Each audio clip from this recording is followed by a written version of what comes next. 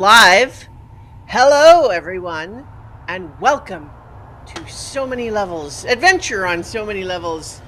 We're going to play some Dungeons and Dragons. Levels and Dungeons! So many. I am Christiana Ellis. I'm the Dungeon Master. We're back after a 1-week hiatus to allow me to recover from the Extra Life game, which we'll talk more about in a bit. But first, let's talk to our players. We've got Chooch Schubert as Autarky. Hello. Starla Hutchton as Nirakina Ethu. Greetings and salutations. Jennifer Meltzer as Cadence of the Water. Hello. James Meltzer as Ket of the Sands. Welcome to the only intellectual property not owned by Disney. Yet. Well, here's fingers crossed, right? Mark Kilfoyle as Alaric Copperbeard. Ho hi, it's off to work we go. And Viv Schubert as Amethyst. Hey, y'all. All right, so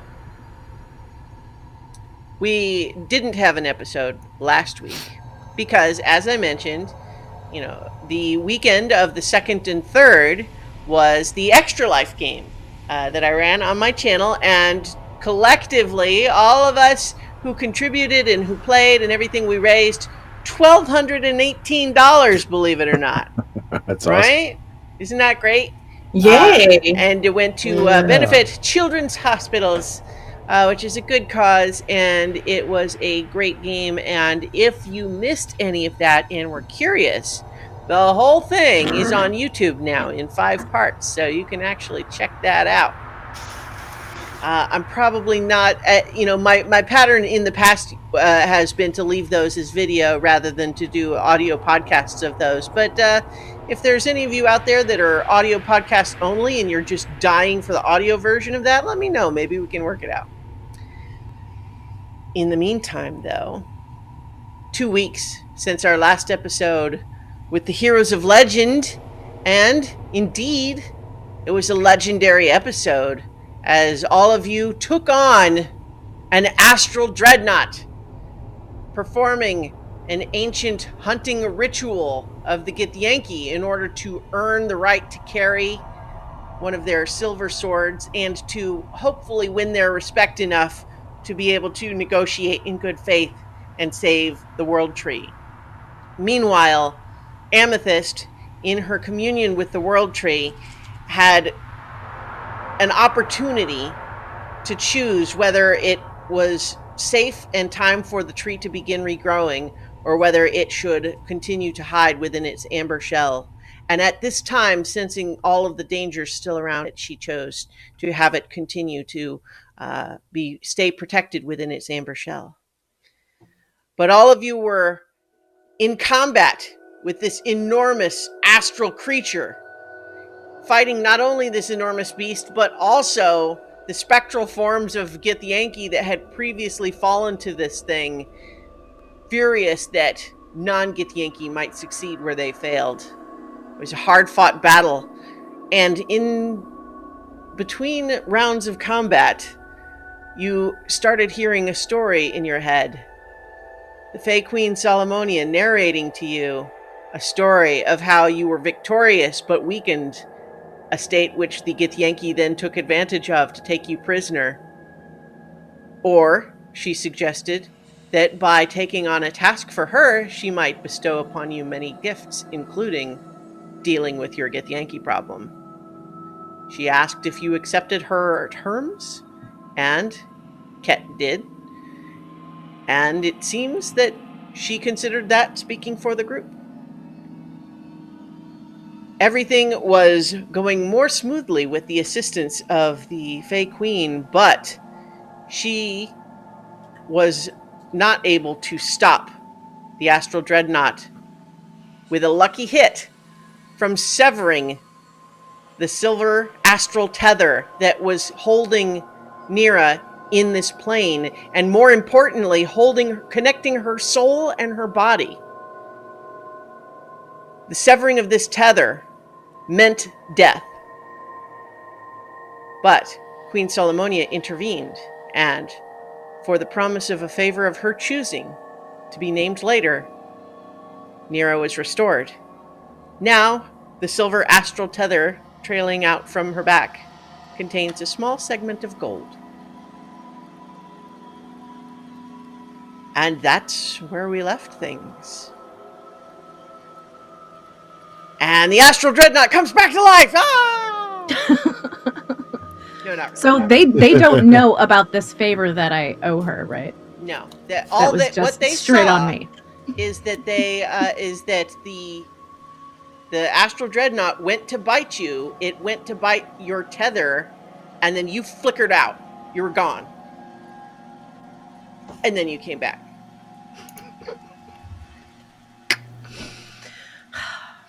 So, whether or not they notice the gold in the tether might remain to be seen. But we're there in the moment. The astral dreadnought has disintegrated into more of the strange silvery mist that permeates this plane. And you realize you're hearing a noise. The blood rushing in your ears from the heightened combat state has started to subside, revealing that there is roars of approval and cheers coming from all over, all around, all of these astral ships that have formed this spherical arena for you to perform this ritual. And now, as you float there in the center, the Githyanki flagship moves forward a bit, approaching you. Yeah, that's right. We came, we saw, we kicked its ass. Yeah, let's just get the rest of this over with already. One slain behemoth. You better appreciate the damn sword, Otterkey. Well, I mean, it wasn't really about the sword. It was about trying to get some kind of allies, but Still, I don't know what we signed up for now. This is... Just blame A whole me. new It's all level. my fault. yeah. It's a list at this point. Mhm. I think you should be quiet, Alark. Why? We had the thing. Did we? Yeah. I'm pretty confident that we would have been able to finish Well, you were unconscious and bleeding out on the ground. it. It happened. Yeah, That would have been fine. It happens Yeah. a lot, though. yeah, a ridiculous amount of time. Yeah, man, you're really squishy. You guys were doing fine. We don't really like losing you, Alaric. Listen, man, remember what we talked about. Yeah? So the flagship has approached to within about 60 feet of you, and then kind of slows to a stop. Guess we'll float up to the bow. As you rise to the level where you can look at the main deck, you see that silver sword where it had been stuck tip first into the wood of the deck, and the Githyanki are standing in a circle around it, and you can see that the sword is glowing. Mm-hmm. Pretty fancy, man. Probably supposed to do that. Float up onto the deck. Towards the circle. Don't want to immediately enter the circle. Well, they're all watching you expectantly. Okay, cool. I'll head right in and grab it. Okay. You take the sword, and it's warm to the touch. Not hot, like it doesn't burn, it's pleasant warmth, like it had just been lying in the sun. Mm-hmm.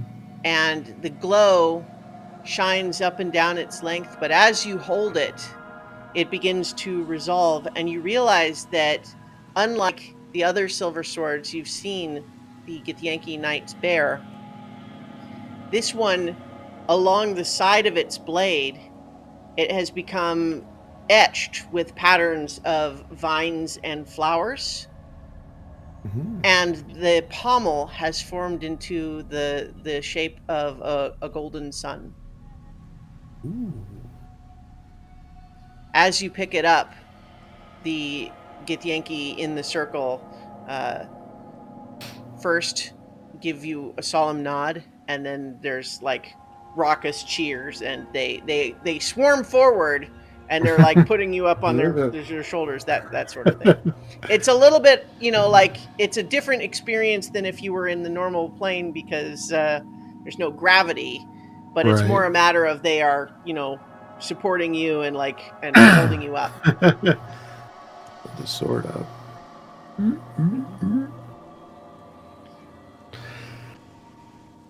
You hear the Githyanki Supreme Commander's voice break in and say, "Well done. Seems you're worthy after all."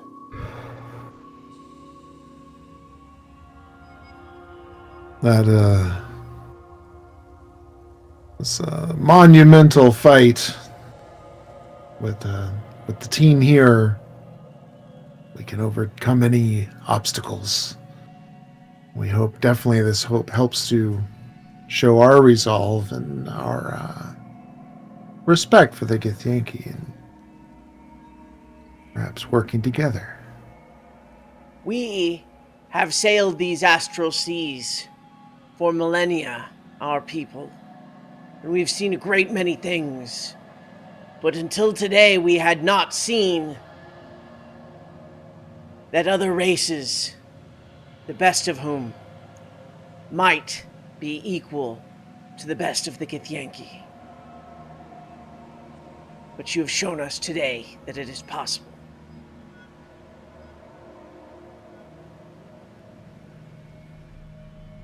Looking around at all of you and says, "Please, join me in my chambers." And he turns around and walks back into the, that area where you'd visited him in the war room before. Shall follow. Yeah, don't suppose they're going to have any ale or mead, since they don't have to eat or drink anything. That's a good guess.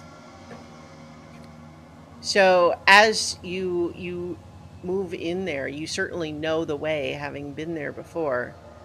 But at this time, you are no longer being escorted by the soldiers. It seems as you are now accepted and welcomed here in this place. Hey. And the war room feels much emptier, though no less grand, when you are there with just the Supreme Commander. In fact, if nothing else, with all of the other warriors missing, you are thus better able to appreciate the fine decor and the many treasures mounted along the walls.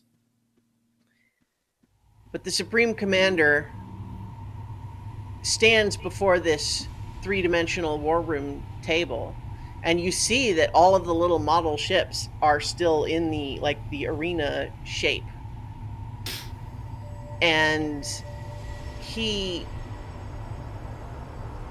reaches out just briefly and kind of runs his hand along it just a little bit, and you see it shimmer, realizing that it's not physical, it's an illusion, but just a strange little odd gesture.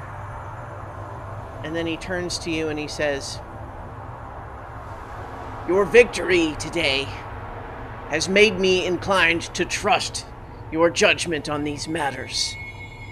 If you say it is of critical importance that the missing parts of this caretaker, this renegade, be found, then the Githyanki Armada will see it done."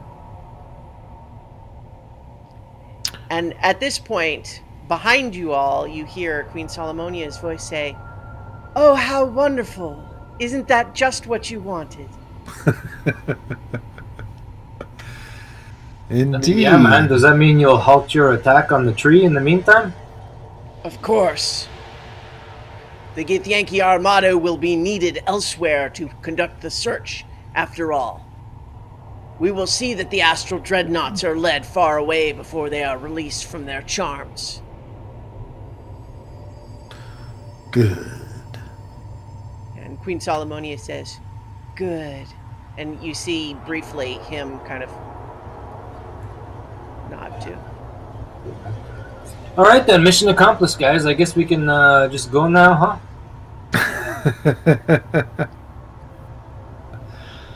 Yeah.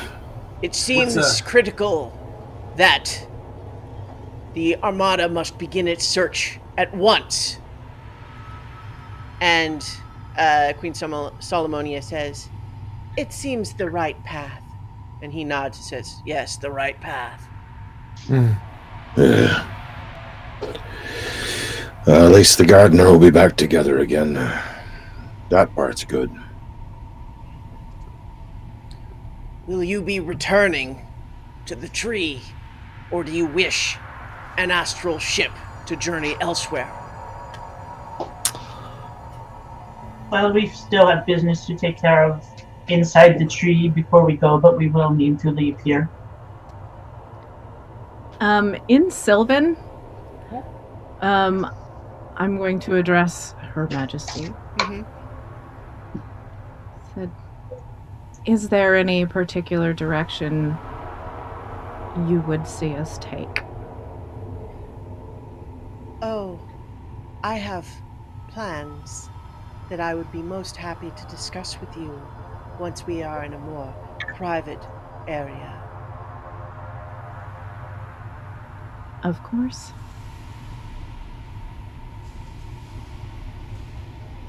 We should let you get going. Yes, that seems the right path. I would just stop saying that. Just turns and walks away. He see just like a flicker of like, what's that about? But then he So I guess turns back to the map and he starts, gesturing at it, and you see this spherical arena. The little ships start kind of drifting away in other directions. So I guess we would need a ship if one could be spared, right? Well, We we're have going a back ship. to the tree. We do have a ship. Want to tether one here to the tree for when we need to leave later, or Are you have one. are you saying this Later. just to each other, or are you trying to tell him, or what? Or, Like, we do have a ship, though, you guys. Yeah, Like, we got a left ship it down outside the there. tree, man. We got Yeah. Oh, right. we got parked in the lot out back. Yeah. All right, we're good. Yeah, and I mean, we really don't need it because, if we really need to leave, Amethyst could probably plane ship us out of here. Yeah, that's Totally. Depends So- on where we need to go, doesn't it? fine. Yeah. So I suppose we should return to the tree, and we should let them get on their way then. Yes. Let them get on their way. very well.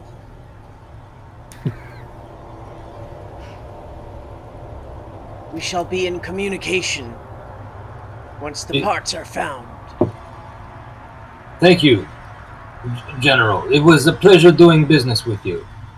And we hope that the next time we see one another, we will be on much more pleasurable circumstances. You know what I mean. The next time we see each other will be when the Githyanki Armada has succeeded in this legendary task, and it will be a cause for celebration. Yeah, all right, man. We'll party it up, That's man. the spirit, yeah. I got a place we could all go. It's a pretty awesome, man. There's a garden and everything. So he does actually have you shown to a small kind of skiff astral craft. Like, it's not as big as the airship you have, but it's a little bit faster than you just sort of floating on your own over to, the enormous tree. But you can already see as you make your way out onto the deck that the Armada seems to be dissipating. Different groups of ships starting to go off in all directions, and you see many of the astral dreadnoughts in their same sort of stupor being led away. So long, frying pan. I mean, those things weren't that tough.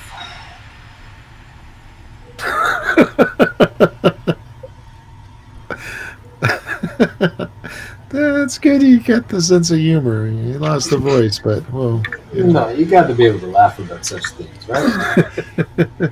So, Queen Solomonia looks to all of you and says, "Whatever business you have at the tree, see that it is done, and I will meet you there to discuss our next steps." And then she turns into a little ball of light, which kind of drifts away and disappears into the mists. Oh boy. So does somebody want to explain what that's all about?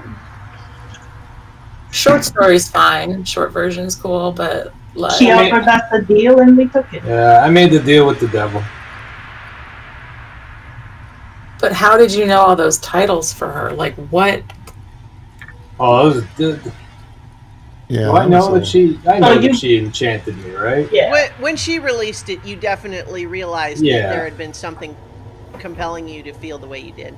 I mean, you also, like, you guys are accomplished enough adventurers that you understand what a charm spell is. You know what that's all about. Yeah, man. I mean, I just figured it was best to, keep on a first name basis with her, and stay in her good graces, a many name basis, I just wanted to call her by her proper titles and show her respect so that, she would think that we're on her side.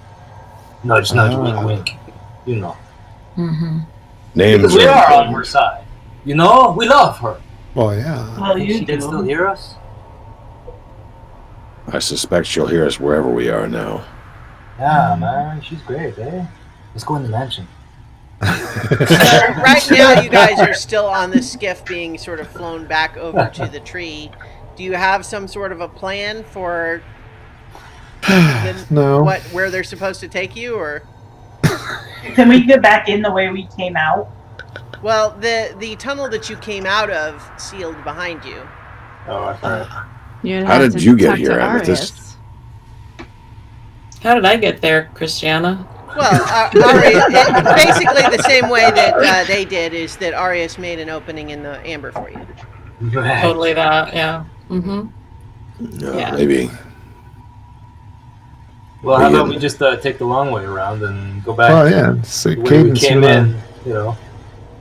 What are we going back in the tree for anyway? I don't remember. Well, yeah, I don't know. I just assumed that's. Tell the little dragon what is going on and that what we're trying to do, and that the bad guys went away. Oh, I mean, we kind of just left him hanging in there, going, "Please don't let the bad guys hurt me."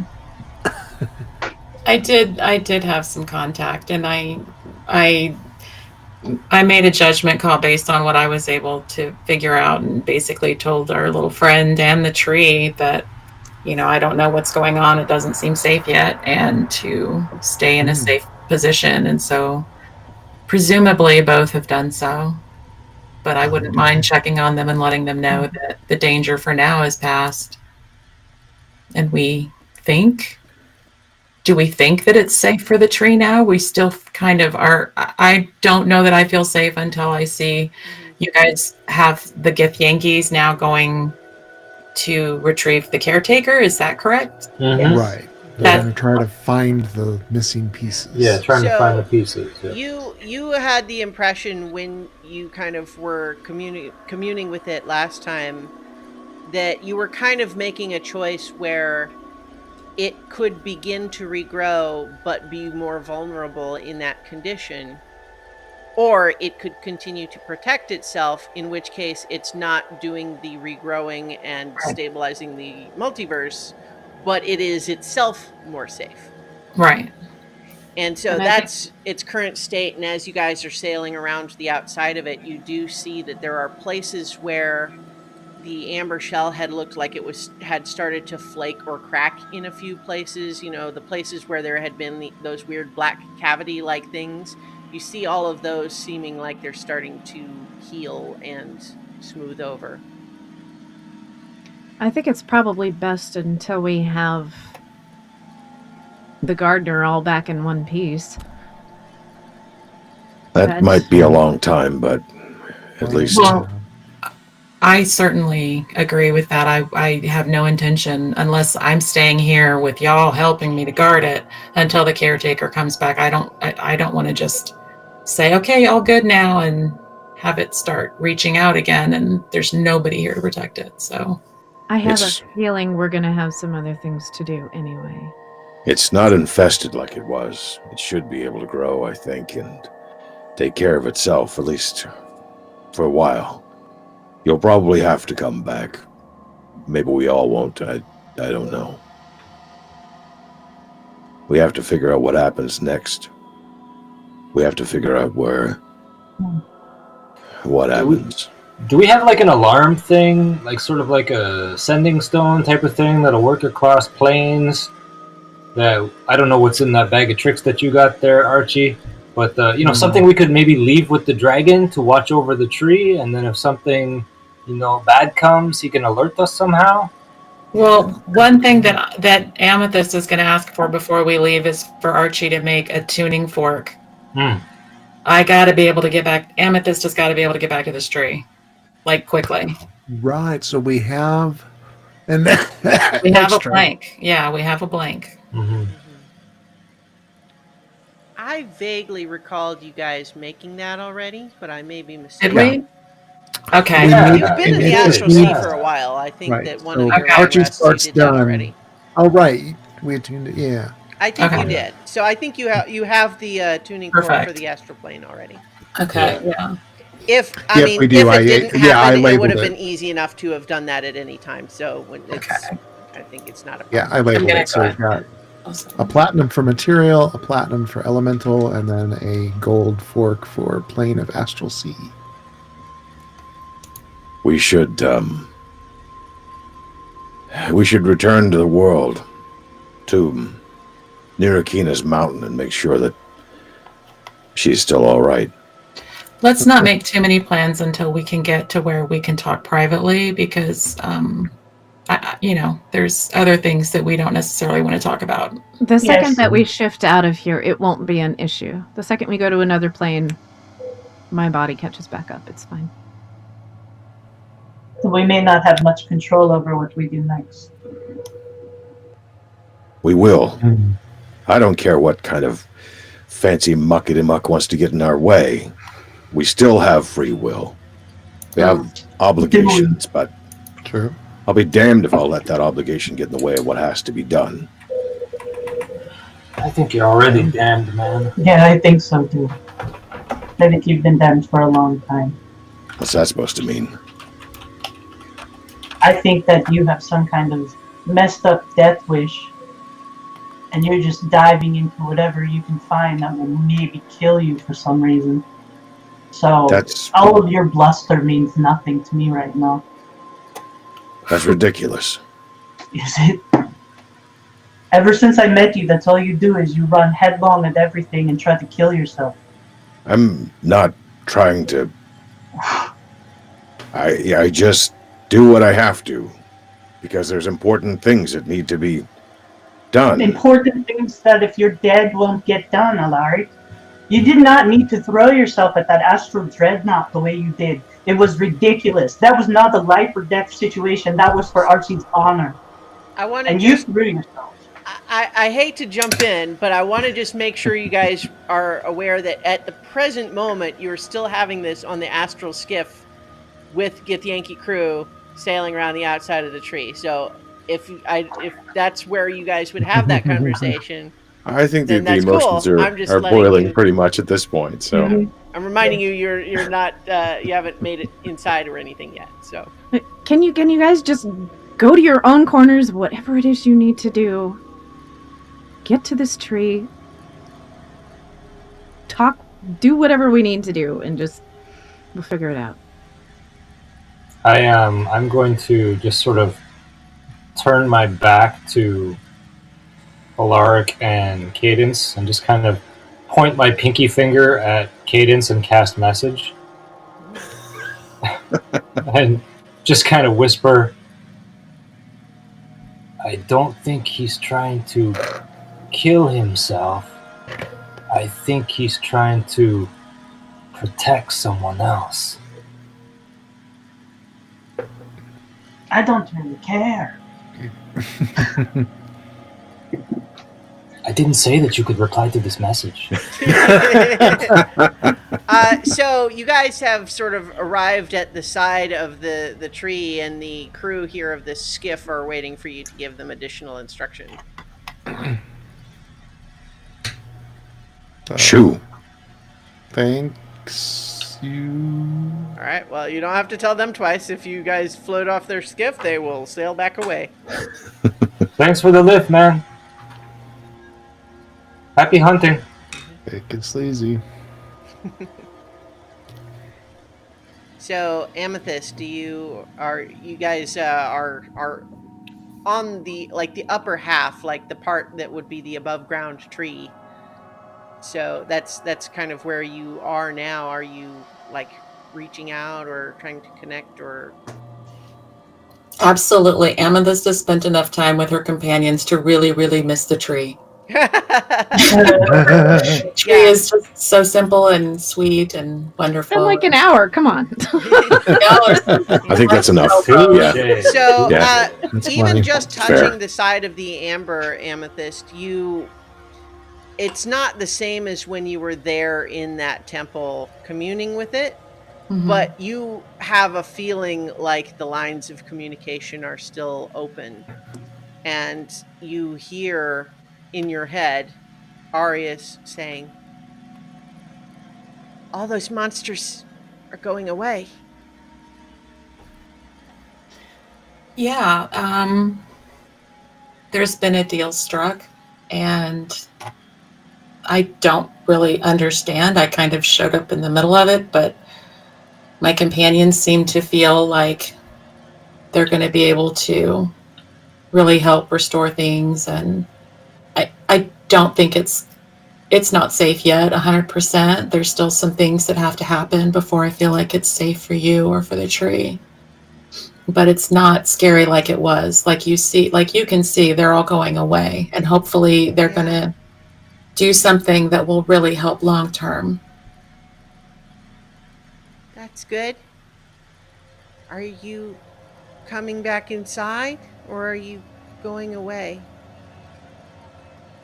I have to go away for a little while. I want to make sure that these things happen because they have to, for the tree and for your safety and for, well, everybody's safety. But I'm going to come back, and I'm going to have a way to come back really quickly. So We need him to let us in first. Yeah, we were supposed to meet the queen in there. I'm talking to a dragon. I'm not worried about y'all seeing their Yeah, shit. I Y'all think have been- this is happening while you guys were having that whole argument. It's So, in Mick. her head. Y'all can't in her hear this, head. but I think it's safe. But just stay safe for now. Is there any way that we can communicate once we leave, you and I, or Cadence and you, or? I don't know. Well, I'd like to think on that and make sure that if something happens, that you can find a way to tell us. And like I said, we can be back here so fast. That would be nice. Okay. Well, I'll talk to my friends and we'll see what we can come up with. Is there anything that you're worried about? Well, I feel a lot better now that those monsters all went away. Yeah. It's a little bit lonelier without Custos Vigil here, though. I'm sure it is. That was a really, really special person. But I'm glad the monsters went away. Yeah. I feel like the tree is going back to sleep a little bit, which is good. It was scared before. That's good to hear.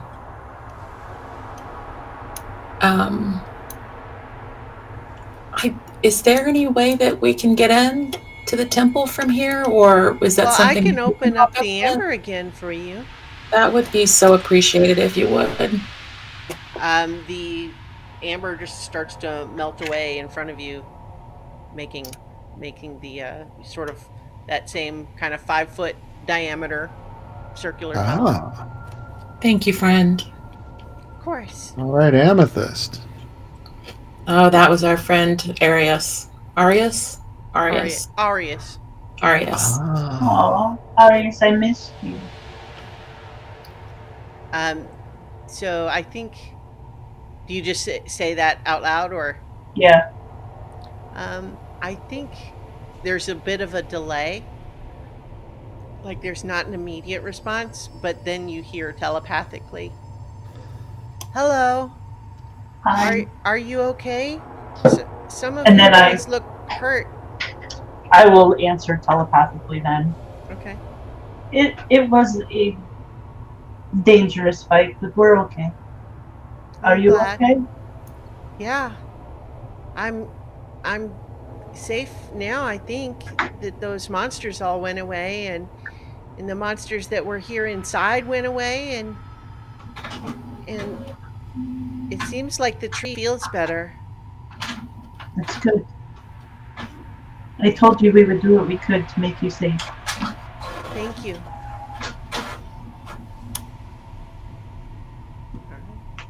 So you guys are all passing through this tunnel then? Yeah. All right. So it's not too long before you pass through this outer shell and find yourself, you know, floating above the city. And so you could float down to where that temple was if you like. Yeah, I don't think we had any reason to go anywhere else. Straight to the temple. All right. Amethyst is hanging back and going last and just kind of watching everybody. Okay. Once everyone is clear from it, the tunnel starts to reseal itself.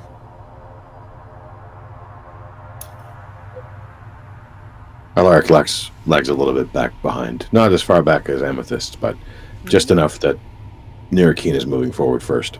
Or at least in front of him. Ahead of him. And Nira's just barreling on through. Same, girl.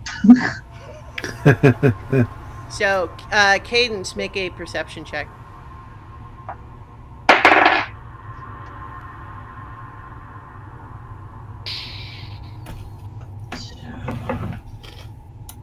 Wrong window.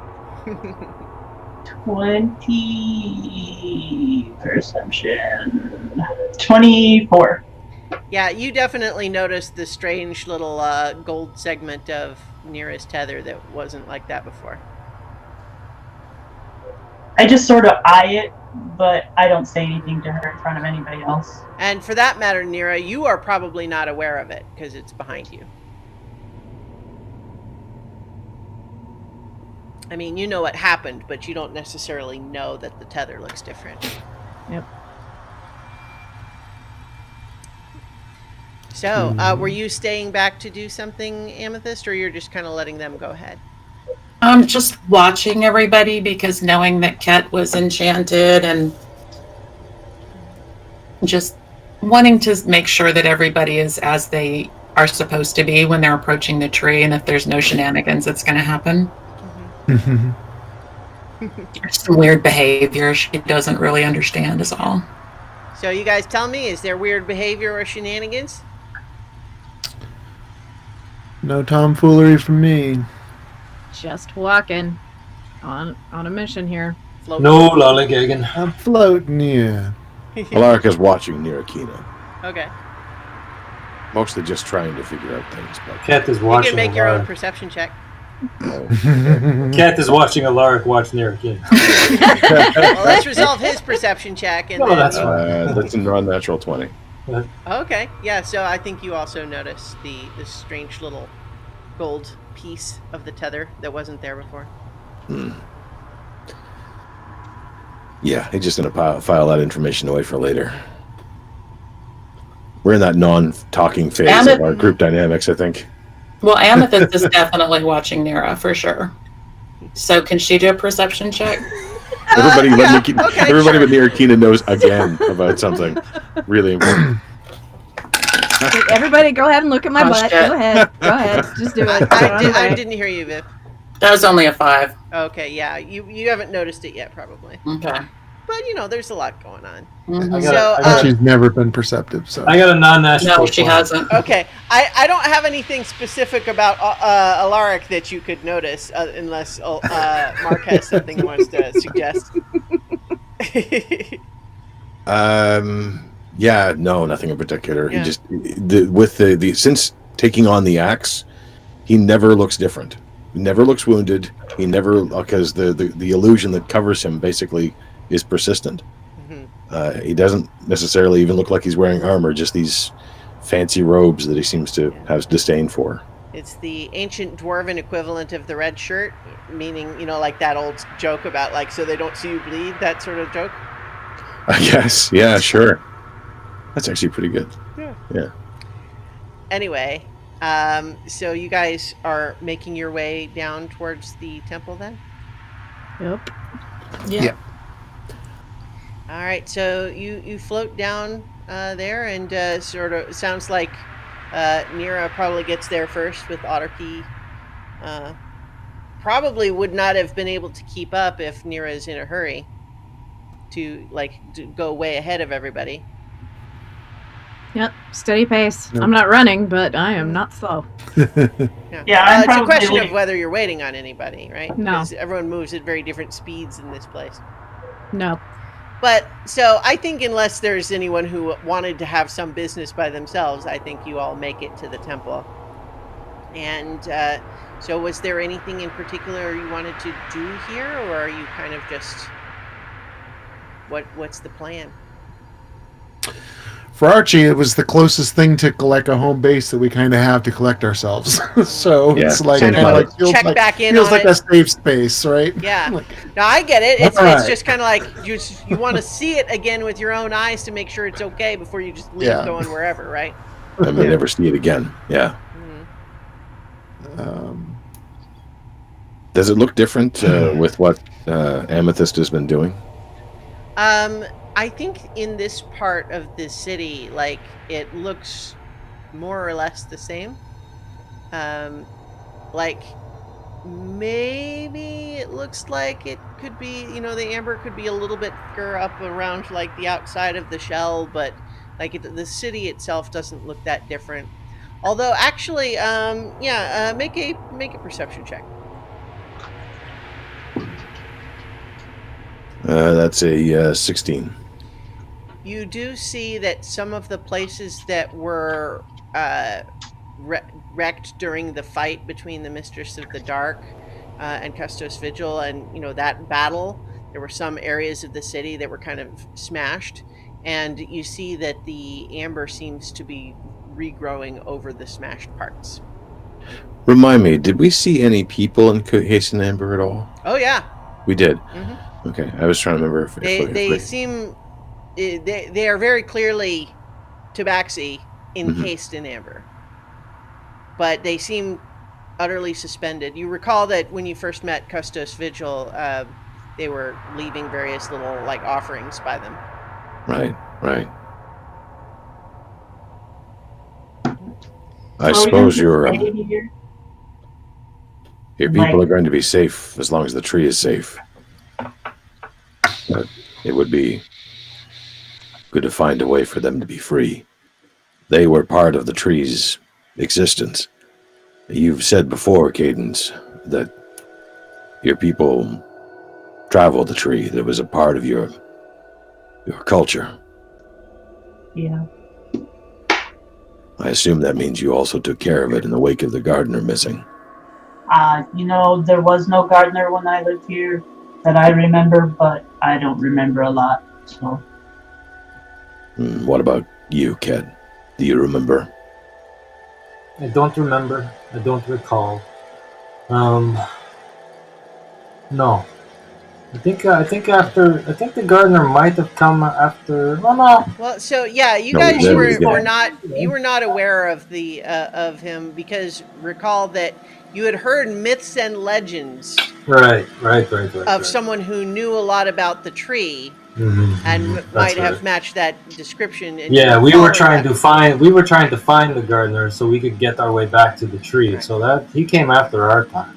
Well, or at the very least, he was not there when you Yeah. were. You didn't know him. It's not like I'm on a first name basis with him or anything, but I heard of him. I'm sure he knows who I am too. I'm just trying to imagine when they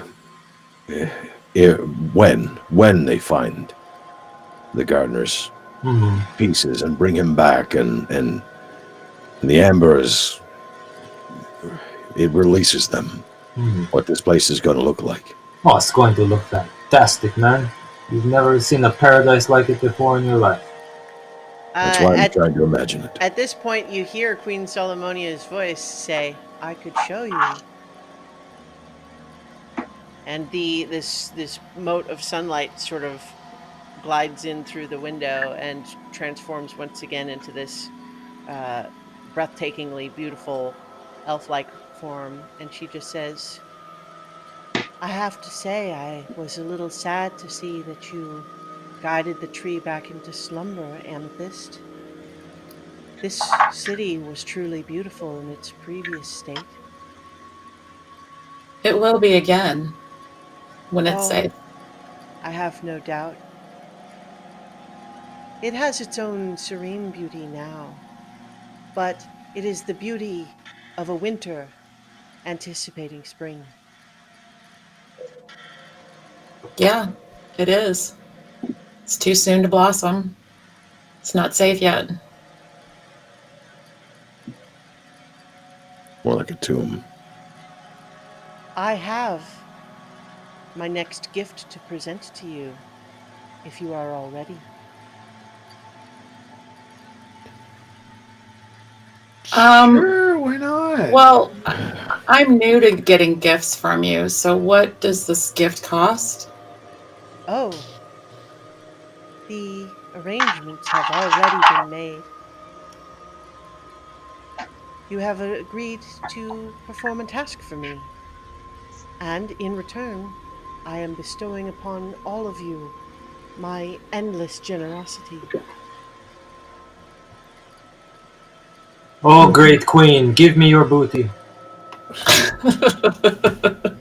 She gives you just a little bit of an "oh, sort of smile. Cheeky monkey. Cheeky tabaxi. I couldn't All of resist. you have been under enormous strain for some time, carrying an enormous, terribly heavy burden on yourselves, racing against an enemy who seeks to destroy everything you know. My next gift that I would like to offer you is a temporary reprieve. I can guide you to a wonderful place in the Feywild, and while you are there, no time will pass in the rest of the world, or the rest of the multiverse for that matter. You can spend as long as you like, recuperating, and then, when you are ready, you will return to the plains, and only minutes will have passed. Sounds like limbo to me. Sounds perfect to me. Much nicer than limbo, I assure you. Nah, man, it's okay. We're good. Amethyst is going to look at Ket and say, maybe other people could have a vote too moving forward. My apologies. I'll just be in my mansion if you need me. Cool. I I mean, I understand. think you should hear what is said and all that stuff, but I certainly understand that you may be reluctant. I would urge you, though, that in order to perform my task, I wish to ensure you the best chance of survival. And I would hope to see that all of you could make yourself rested and ready, and once again in harmony with one another. I offer you the time to do that. You can use your mansion or visit some other place, but the days tick by, and the universe grows more unstable by the day. In the Feywild, I can see to it that you spend as long as you need, and your problems will wait for you. What's the catch? We've already agreed to the catch. Yeah. Indeed. Great Queen, do you mind if can you give us a couple minutes to discuss this in private? Of course. Thank you. And she just sort of does not like turn into the sunlight again. She just walks out the door of the temple. And as you watch, you see that she starts going down the stairs into the city.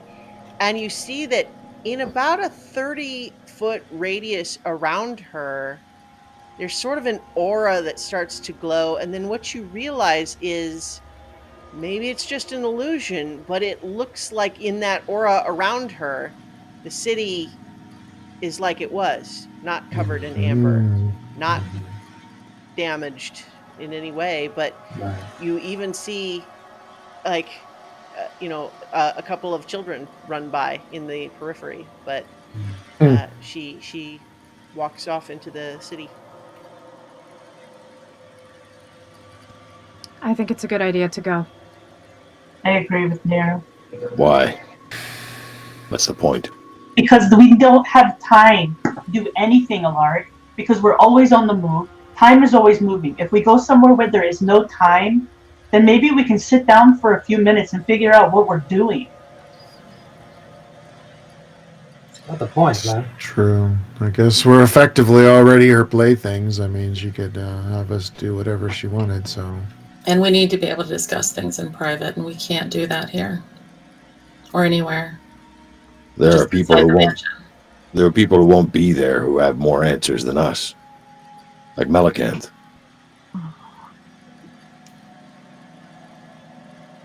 We don't even know where Melicanth is right now, so... It's true. Or And Mugen, for being that here, matter. we don't have the resources Yeah. to even attempt to get her back. We won't there either. Have you asked your new friend? My new friend? She is not my friend. I'm looking at whoever's been talking to her. I mean, Yeah,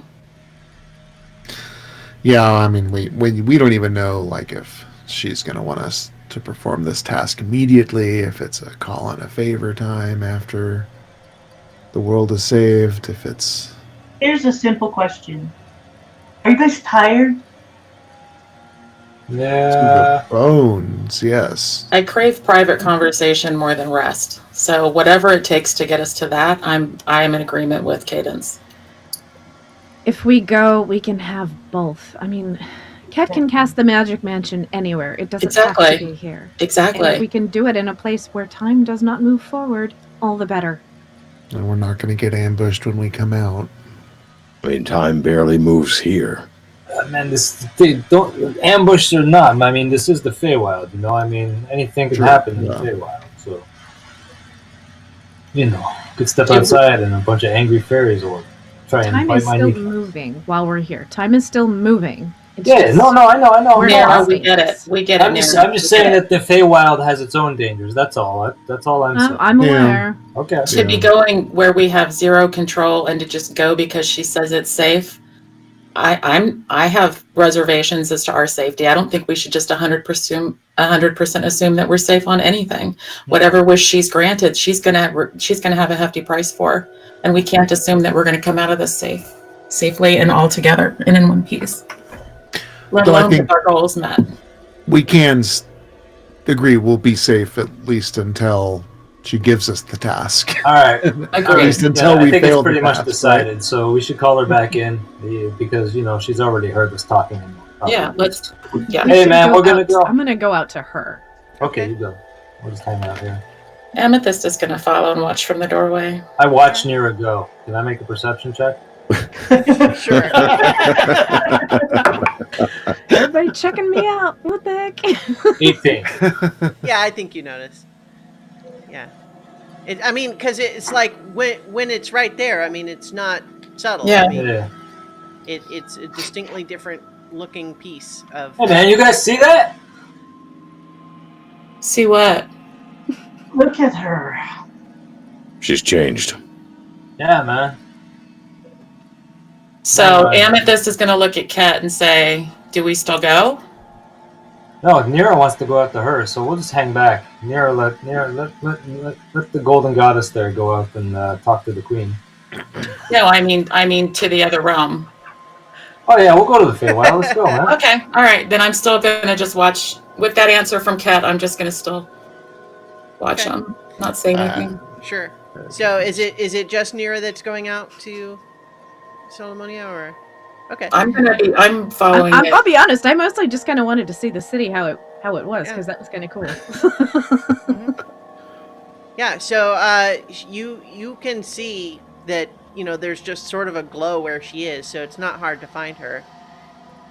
You just catch up with her, and you can see that she does look like she's just kind of taking like a walking tour of this city, and kind of just taking in the sights. And certainly for you, Nira, like, you've never seen the city like this without its coating of amber, and you realize it's a lot more colorful than you realized, because without the amber just coating everything and rendering it sort of monochromatic, you see all the bright painted colors, reds and blues and greens and yellows and tile mosaics and all sorts of gardens and everything, and it's much more lively that way.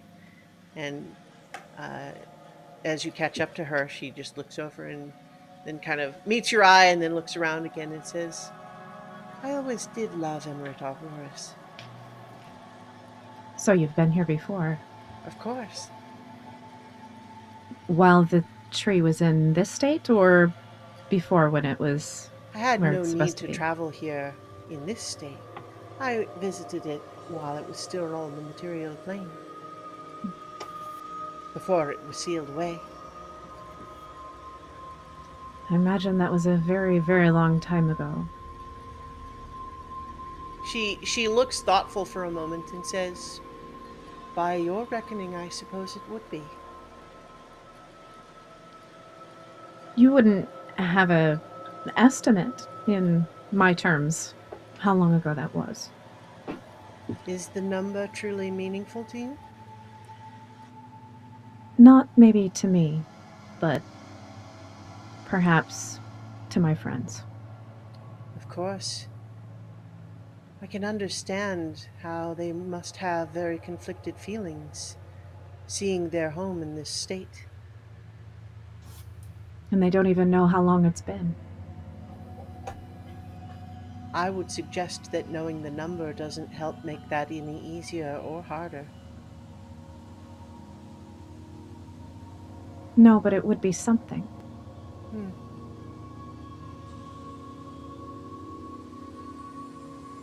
I will discuss it with them. Thank you. I think that they have decided to take you up on your offer. She smiles with sort of a knowing, like, of course they did. Hmm. Mhm. Um, is it my understanding that I don't want to sound impatient, but there's already so much that we don't know? I don't suppose that you would tell me now what this favor is, or if I have to wait. Are you asking of the group's bargain or of yours? Of mine. She leans close and just says,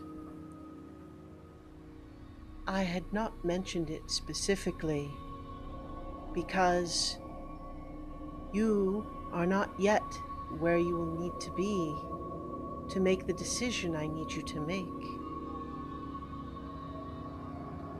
I could tell you, but at this time, I don't think you are in a position where the choice will be as meaningful to you as when you are able to actually fulfill the favor." I sort of thought that would be the case. I would ask that you maybe not mention this to my friends. They If know that we is took your a deal. wish, It is. there will be things they will notice, but I will leave it to you to explain them. All right. I appreciate that. Thank you. Of course. So then, shall I collect all of you and bring you to my lands in the Feywild? I think so. They may want to say goodbye to Arius before we go. The little dragon. What a lovely child he is. He is very unique, and I hope he stays safe and retains the innocence that he has now. He should be quite safe here. As I mentioned before, I was a bit surprised to see the tree retreating just when it seemed that it might begin to regrow. But for the time being, at least, perhaps it is for the best. You will want to be present when it regrows. I imagine that will be something to see. In the meantime, I assure you, and I give you my word, no harm will come to the tree while you are in my domain. Thank you. And I think that you, even not knowing, like even absent of any actual historical knowledge you have of the Fae, there's an intensity in her eyes when she gives you her word there that you have the feeling like it's not just words, like it means something that she said it that way.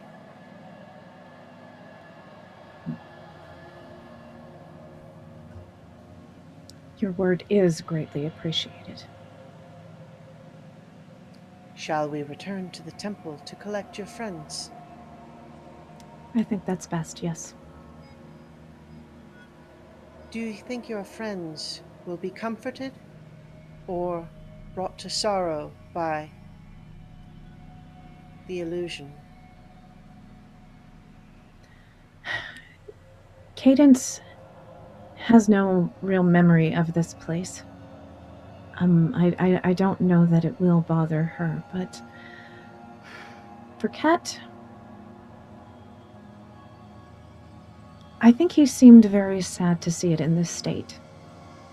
And seeing it brought back might give him hope. Cadence's memories are not lost. They are simply possessed by another.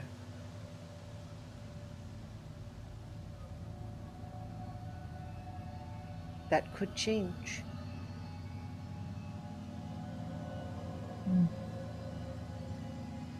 It could. Very well then, let us return. And as you start walking back towards the temple, you realize that with every step, this sort of illusory aura is growing larger and larger. And so all of you watching from the temple are seeing what looks like just this bubble of energy surrounding, and as it crosses buildings, the amber coloring is gone. The statues seem to move. You realize that even though you understand instinctively that this is just an illusion, it begins to look like the city once looked.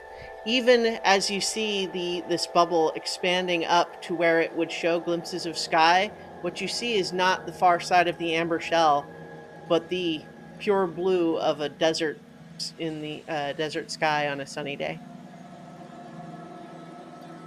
Ket immediately runs out and is just like, guys, we did it! We did it, man! We saved everything! Everything is back! The tree is saved! And I try and interact with somebody walking by. Can I, or what happens? No, it's basically they just go right through you. I go to like shake their hand. I'm like, yeah. And it's like they don't see you either. Not yet, but maybe it's a good reminder of the things we're fighting for. Oh, I'm sorry. This is really something, though. I mean,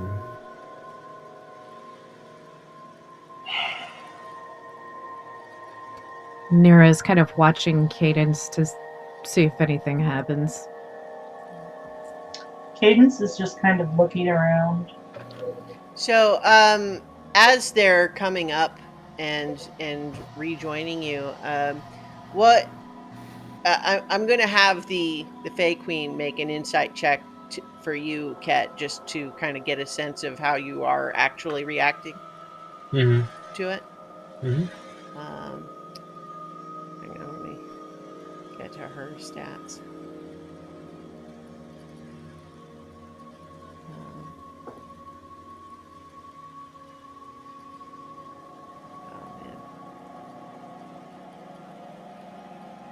Okay, so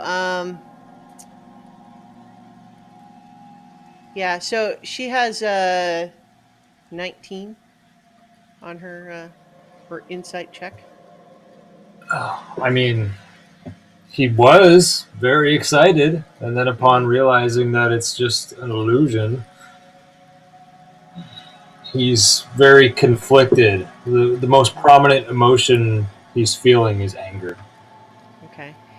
She approaches you directly then and kneels and just says, "Hope can be painful."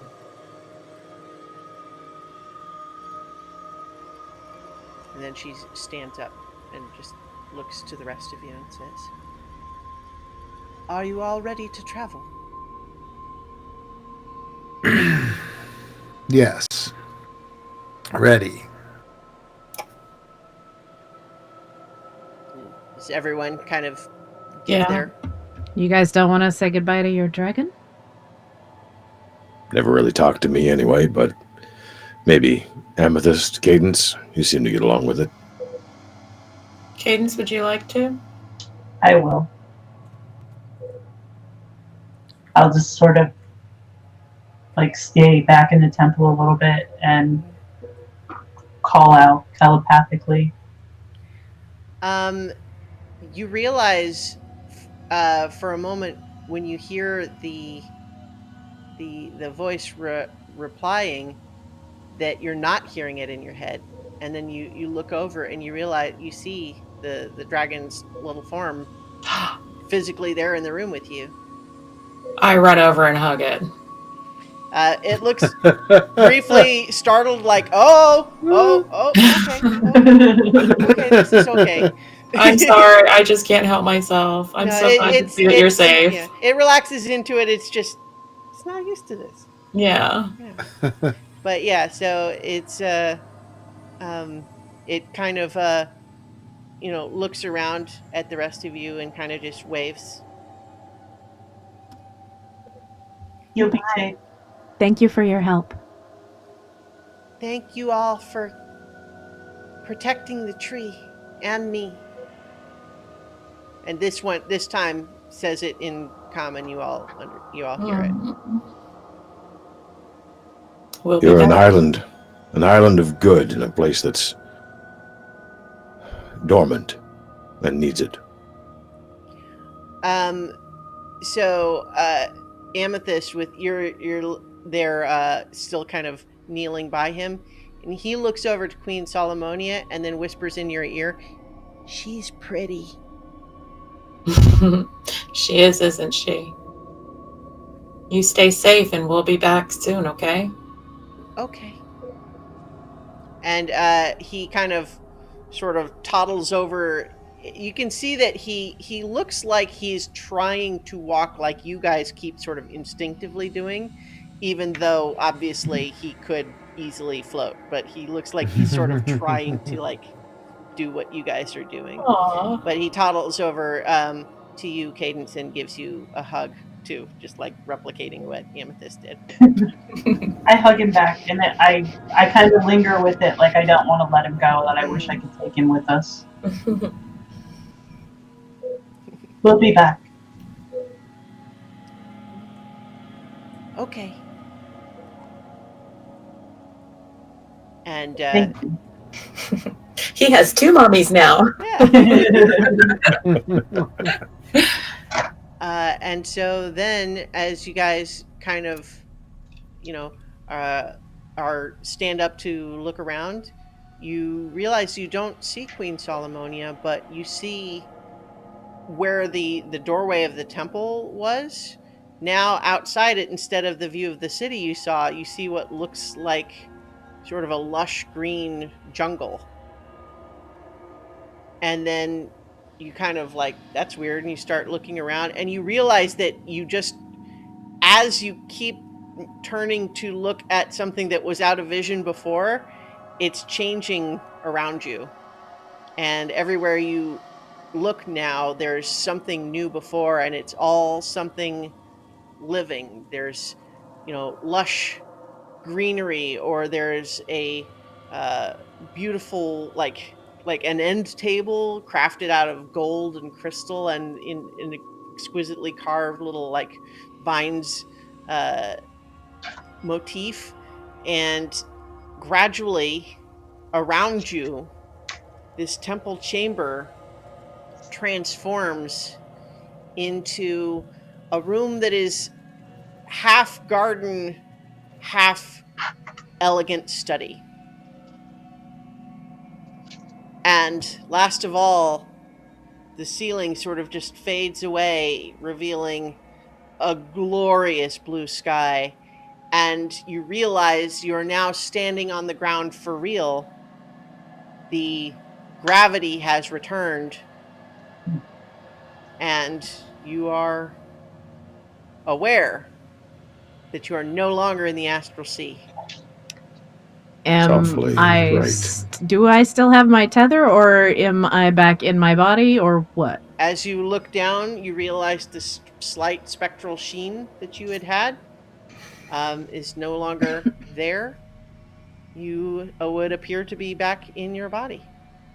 Do I see anything on her out of the ordinary because of the gold part of her tether? Well, I was going to have Nira make a perception check too, but you can both make one. I mean, the third eye is kind of weird. 23. Okay. 27. All right. So there's no more tether. She does appear to be once again physical, just like you guys are, not in an astral projected form anymore. But so there's no more tether, and there's no indication there. But Nira, your holy symbol, where before it was just the silhouette of Mount Rishama, now there is a sun rising behind it. That's fun. And I think Cadence maybe notices that too. Oh, and also, I don't walk anymore. I'm just letting y'all know. I am flying everywhere. Yeah, so despite there is now once again a presence of gravity here, and you're not able to just float as you will. But as the wind gusts and blows around her, Nira finds herself able to ride it and have it carry her aloft. She can fly. That tears it. This is some stupid illusion. Well, nope, this is real. How can you trust it? Oh, Lord, you wouldn't trust anything.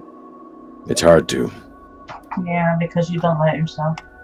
Well, but I mean, this is new. I'm curious myself how she's flying now. She seems to have some interesting new powers, and I'm wondering what the source is. Well, how high up do you fly, Nira? Oh, just a little bit off the ground. I'm not like okay into the stratosphere. It's just enough so that you know I am. So we know that she is, right? So it's fair to question it. doing that Superman thing from the comics where everyone is just standing in a room and he's just hovering a foot off the ground for no reason.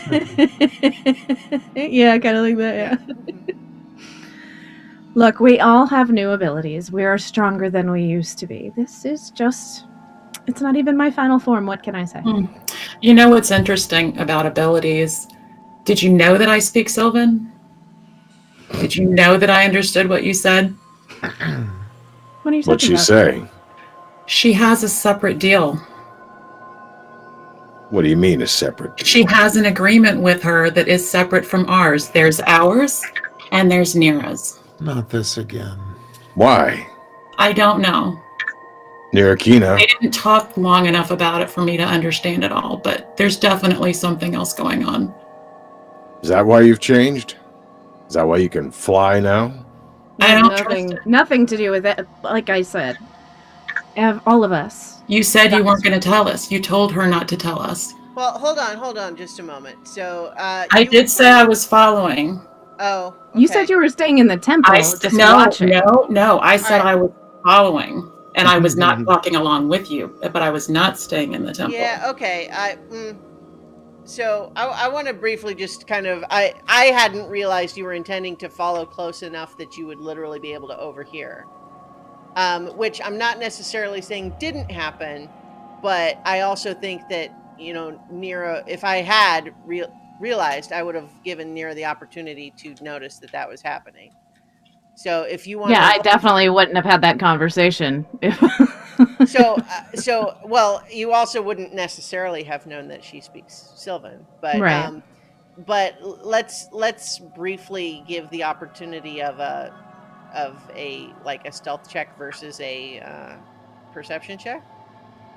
Does that seem fair? Like, I don't want to, like, I hate to have mechanical stuff interfere with good drama, but I want to also just make sure it's fair, though, that if Nira only spoke that way because she thought she was unobserved, you see what I mean? Well, except when we were all together, she spoke in Sylvan to her, assuming that when we were all standing together. That's true.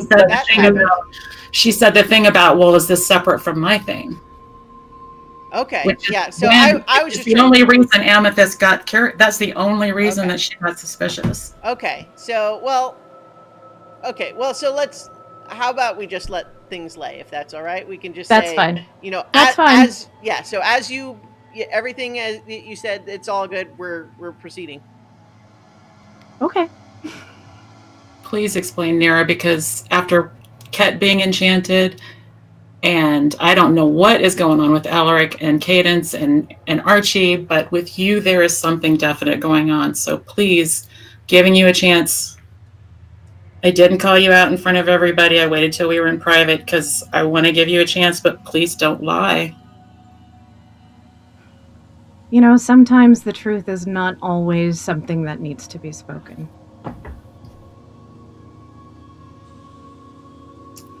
Yeah, I guess I can understand that. I understand that, but how do I know that you're not enchanted like Ket was, that you're not agreeing with this? Like, you're flying, Nira. This is who I am. This has nothing to... They are two separate things. Ugh. I just walked in here an hour ago. I don't know the difference. All I know is what's changed. And this doesn't make me feel real happy about the longevity of the tree if you have a secret deal with her. And we don't even know what our deal is. We don't even know if she's going to tell us to burn the goddamn tree. That could be our task. I wasn't here to find out anything leading up to that, so I'm expecting the worst here, Nira. You have to just understand that. She has given her word that nothing will happen to that tree. The Fae do not give their word lightly.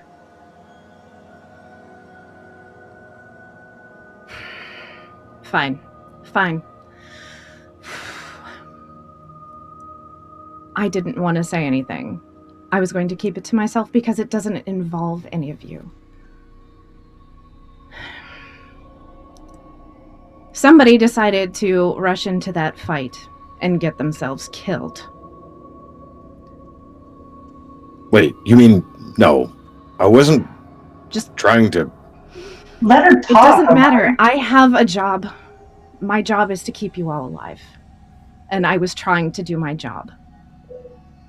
And I paid the price for that. What do you mean?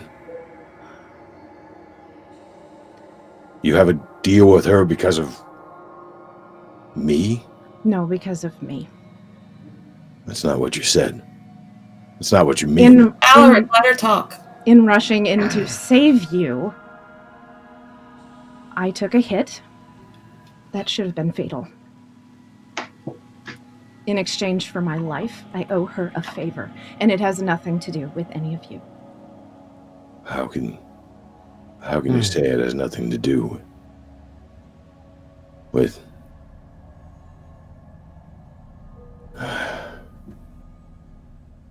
I'm sorry. You should be. Why do you even care? I'm already not happy about this. I don't need anybody else being upset about it on my behalf. Because we care about you. And what happens to you makes a difference. We all care about you. I mean, anything that happens with the group, and I think it happens in the name of us together. It's our debt together. I don't even give a shit about our debts, Nira. If you need something, we're here for you.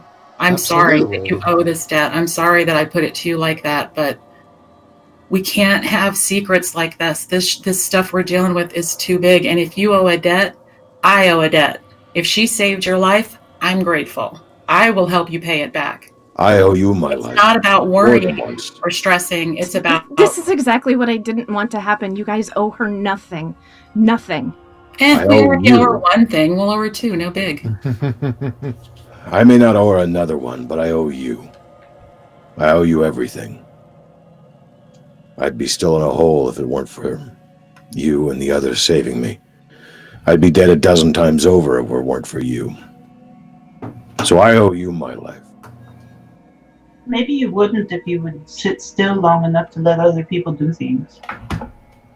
You're not a one-man fighting machine, Alaric. It's all I can do. No, it's not. You're part of a team. You need to start acting like you're part of a team.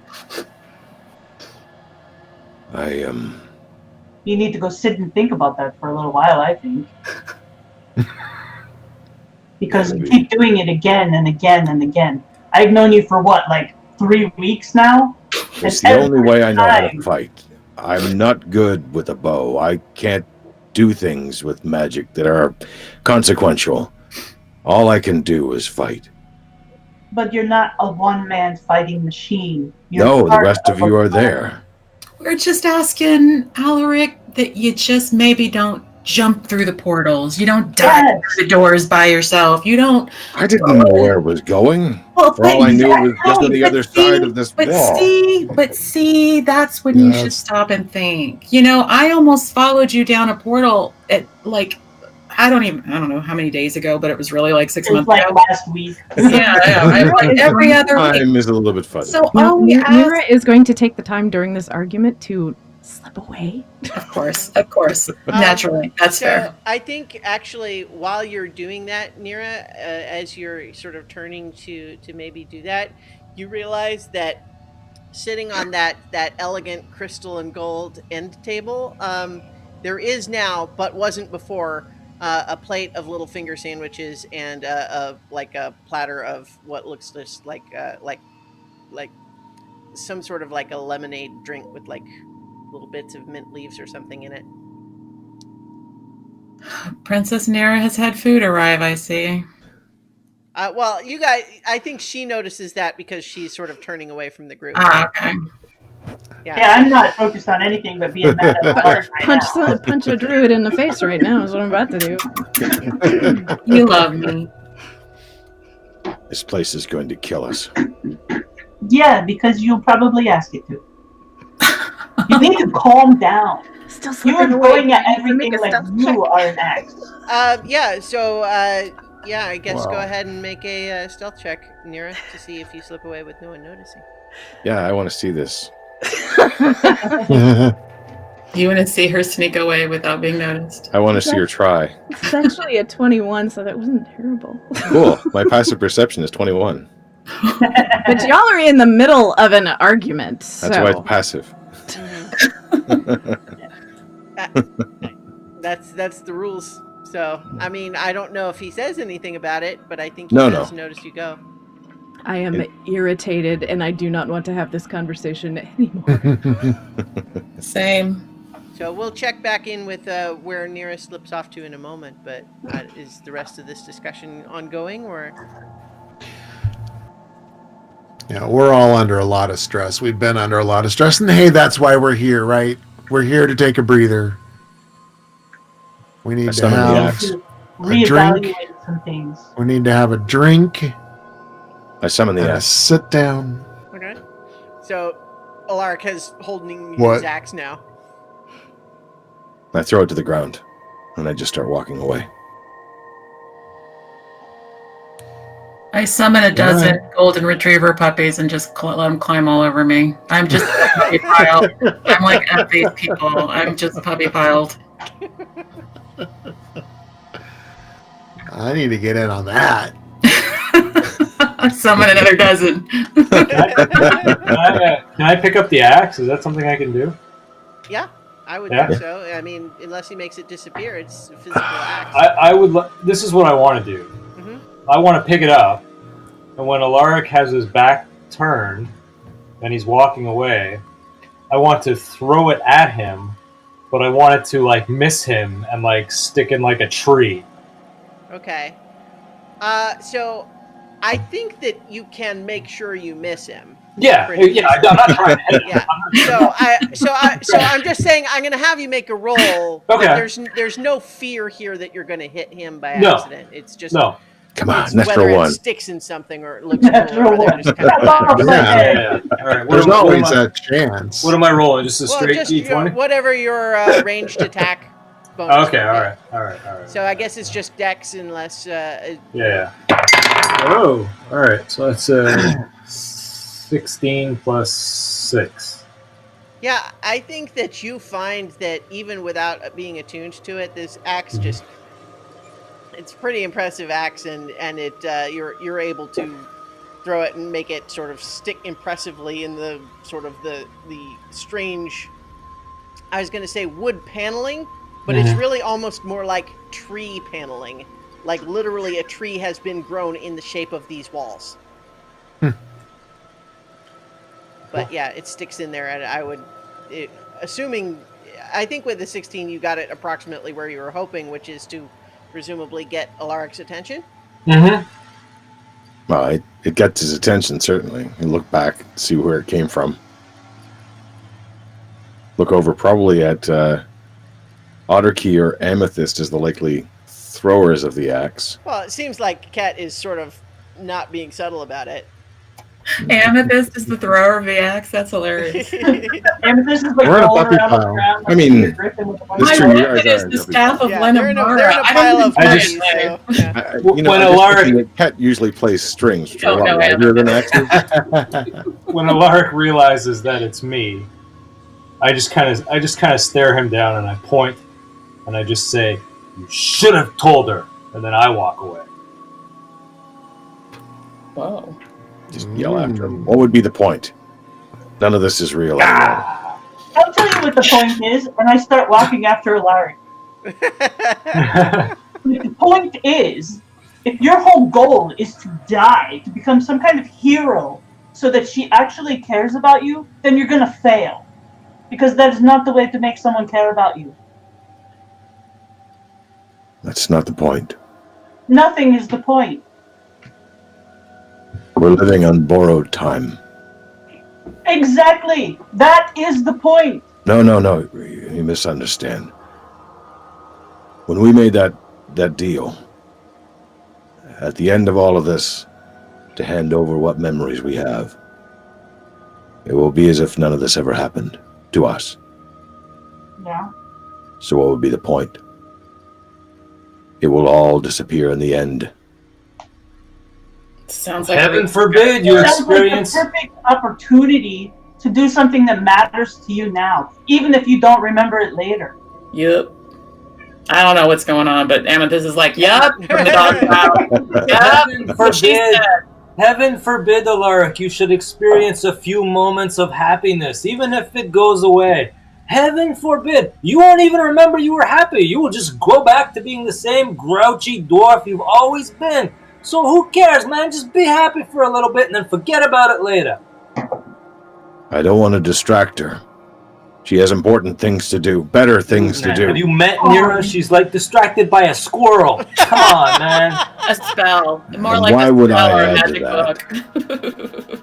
Jeez, man. She's distracted by a flashy rogue dude, man. All they have to do is shoot a lightning arrow, and that's the end of Nero. Come on, Alaric. Look, man, just tell Nira that you love her. Whoa, what? What? Wait. What? How convenient that Nira slipped away. How Almost long like was I some sort of gone? romance writer wrote this scenario. Who? Like- What? It's news to me. Then I walk Said away. you weren't going to say anything. I never said any such thing. I never know what's going on. I summon a dozen baby pigs for Cadence. She looks like she needs them. Frolic, baby girl. So I know some of this is, kind of jokey for flavor, but I want Amethyst to realize also that there is something about this plane that is in some ways very familiar, like the Beastlands was, but different. You do feel like your magical power, your druidic magic, is sort of supercharged here. Oh. And yet, you also get a feeling that while this plane is just teeming with positive energy in the sense of like life, growth, all those things, which as a druid, you are certainly aware has its own dark side to it. Right. Like cancer is growth, right? Yeah. It's like, but it's also the positive side. It's, everything thrives here. And so you feel that, but you also just feel like this room, on the one hand, it's very nature-like, but on the other hand, it's also very curated. Like it is using fancy tricks and magic to make a tree grow just like this, as opposed to letting it grow however it would grow, right? Mm-hmm. So this whole plane feels like that. So I'm going to stick my head up out of the puppy pile and I'm going to ask, Kat, can you cast the mansion? Yeah, I need a door to slam. I'd love it if we were in your mansion. I think so you all kind of belatedly realize that this room that you were in is at sort of a central like junction point where there are sort of several different like sorts of hallways / nature trails you could sort of hike off down, and so it is possible for you all to have walked away from each other in different directions like that. Oh, wow. Just a question. Is the sunlight bothering Alaric? Right now, it is not. The sun, like the sky, is a brilliant blue, and it's like daylight, but you don't actually see the sun. It's all sort of indirect, translucent light right now. It's not like direct sunlight. So it's a little bit like being in the gentle shade on a bright sunny day. Stepping outside, what do I see in the horizon? Is there any rock, any hill or mountain? Yes. You see out of what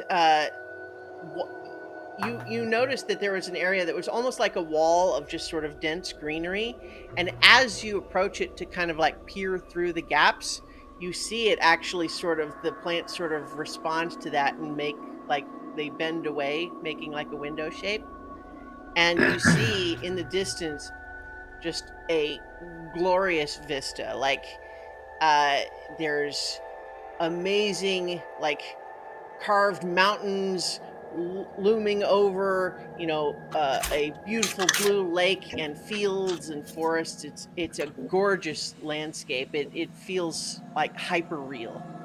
it's like real trees are not that green, real water is not that blue, that sort of thing. And yet it's not that it feels illusory, it just feels intense. He'll head for the nearest reasonable, workable stone. Okay. Even if it's a pile or if it's the actual hill itself. Yeah. Well, that's a little ways away, but you can do that. Let's catch up with Nira. So as you sort of slip away, where are you going? Do you have a plan, or you're just trying to No. be away from everybody else? Just trying to be away. It's too much, and I need some quiet. Anything, anywhere. I don't care. Yeah, you slip off down this trail that is, one part hedge maze, one part, hallway in a fancy mansion, one part nature trail through a forest. It's kind of all of those things. And you sort of duck around a curve to sort of get out from everybody else. And as you're sort of turning around, glancing back to just see, like, if that you're sort of leaving them behind for the moment, you almost trip over a young person who is just kind of standing right there holding a book. And you realize that this is someone with very elfin features, but their skin is green, their hair is brown, and all of their clothing is kind of in greens and browns, just completely different shades of green, different shades of brown, but all green and all brown, and skin, eyes, hair, everything. And they just look up at you as you sort of almost stumble over them and just say, "May I help you with anything?" I'm sorry, I didn't see you there. I don't know. I don't. I'm just looking for a quiet place to go. Well, I can show you to a private chamber if you like. That would be nice, thank you. It would be my utmost pleasure. And does like this deep bow, like it's sort of ridiculously fancy. It's got all sorts of weird little fancy hand motions, and then ends up with yeah, and then just says, "If you just follow me." All right. And as they're leading you down this little hallway, they just turn back and say, "All of you, of course, are the guests of Queen Solomonia of the Dawn Court. She has brought you here, and you may stay as long as you like in comfort. Anything you ask will be provided." Thank you. What is your name? Well, my name is. Give me a second. Right, I have it in my notes. I didn't get it ready. Oh, that was not right. I'm sorry. Oh, Denobium. My name is Denobium. I'm Nira. It's nice to meet you.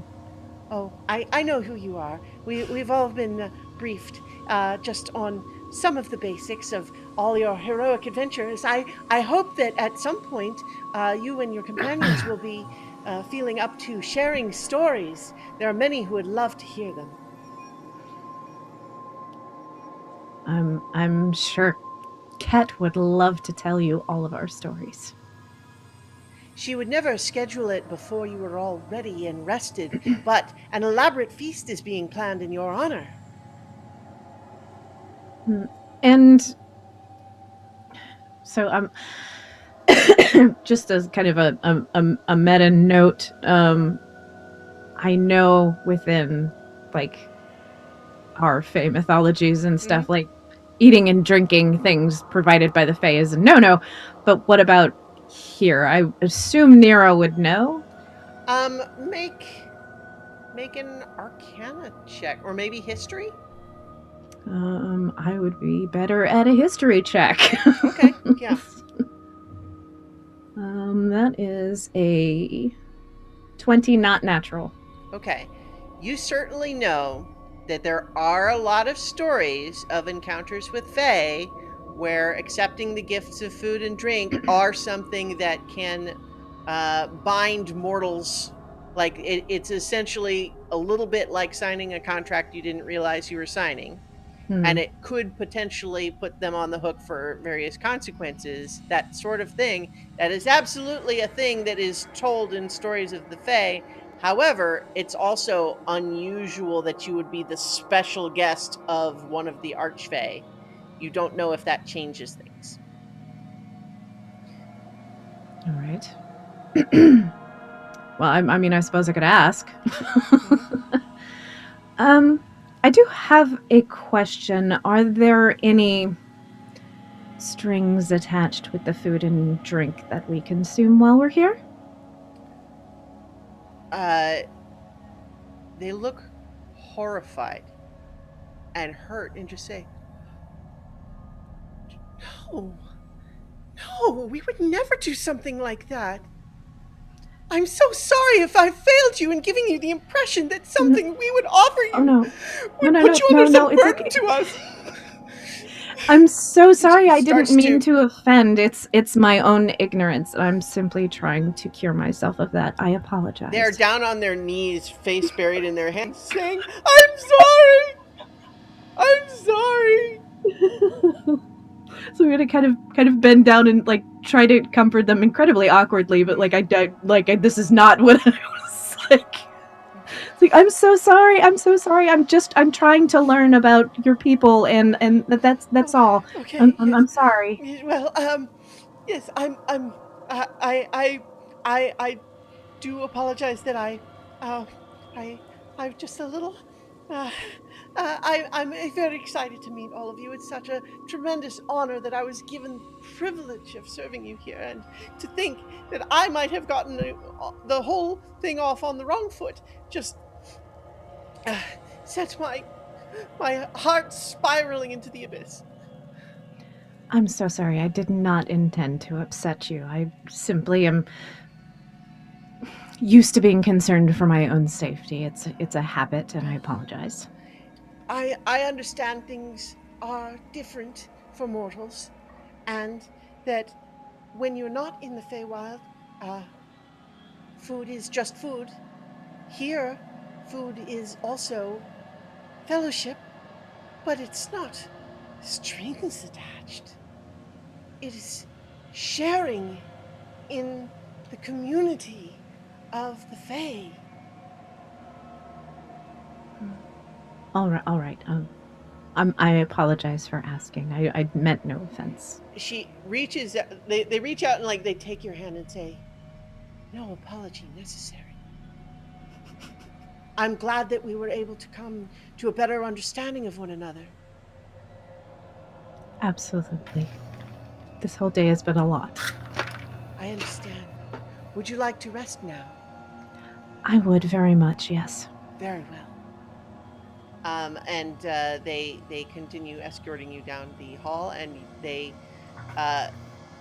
turn around a tree, and you realize as you reach up to that point, that where it just looked like a tree in the forest, but when you kind of come around, you see that it's like a door frame. That's kind of neat. And they open it, and inside you see what looks like a lovely private little campsite. There's things that you could vaguely recognize as furniture shapes, but it is all just out of natural materials. There's sort of a moss bed that has literally in a bed shape, and rocks sitting next to a little trickling stream that just seem oddly chair shaped for rocks, and there's just it's again open, but it does feel very secluded. This will do very nicely, thank you. Of course. May you rest well. And they bid you adieu. So, Alaric, you went off to find rocks. Do you just kind of climb out that area that was sort of like a window? Yeah, I guess so. Feel approximately like it's a weird sort of blend of, you vaguely feel like you're inside, but it's also open sky, and you can see through everything because it's just sort of trees and brushes and bushes and that sort of thing. But as you sort of make to climb out, it just it sort of just moves aside to make your passage easy. And there's just a lovely little hillside with grass that's sort of waist high for you, but it's lovely and soft. And you as you walk through it, it actually feels almost like it's rubbing up against you in like a cat might rub against your leg. The blades of grass sort of bend towards you to kind of caress you as you go by.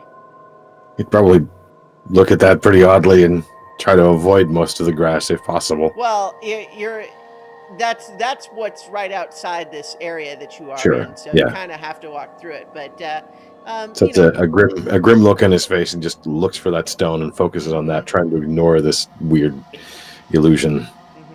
Yeah, and so as you kind of reach down this little slope, you see where there is kind of a just a big rock that's maybe 4 or 5 feet tall, sort of irregularly shaped. So it's not really like a lot of other rocks right near it, but it's just sort of prominently placed along a little path. All right.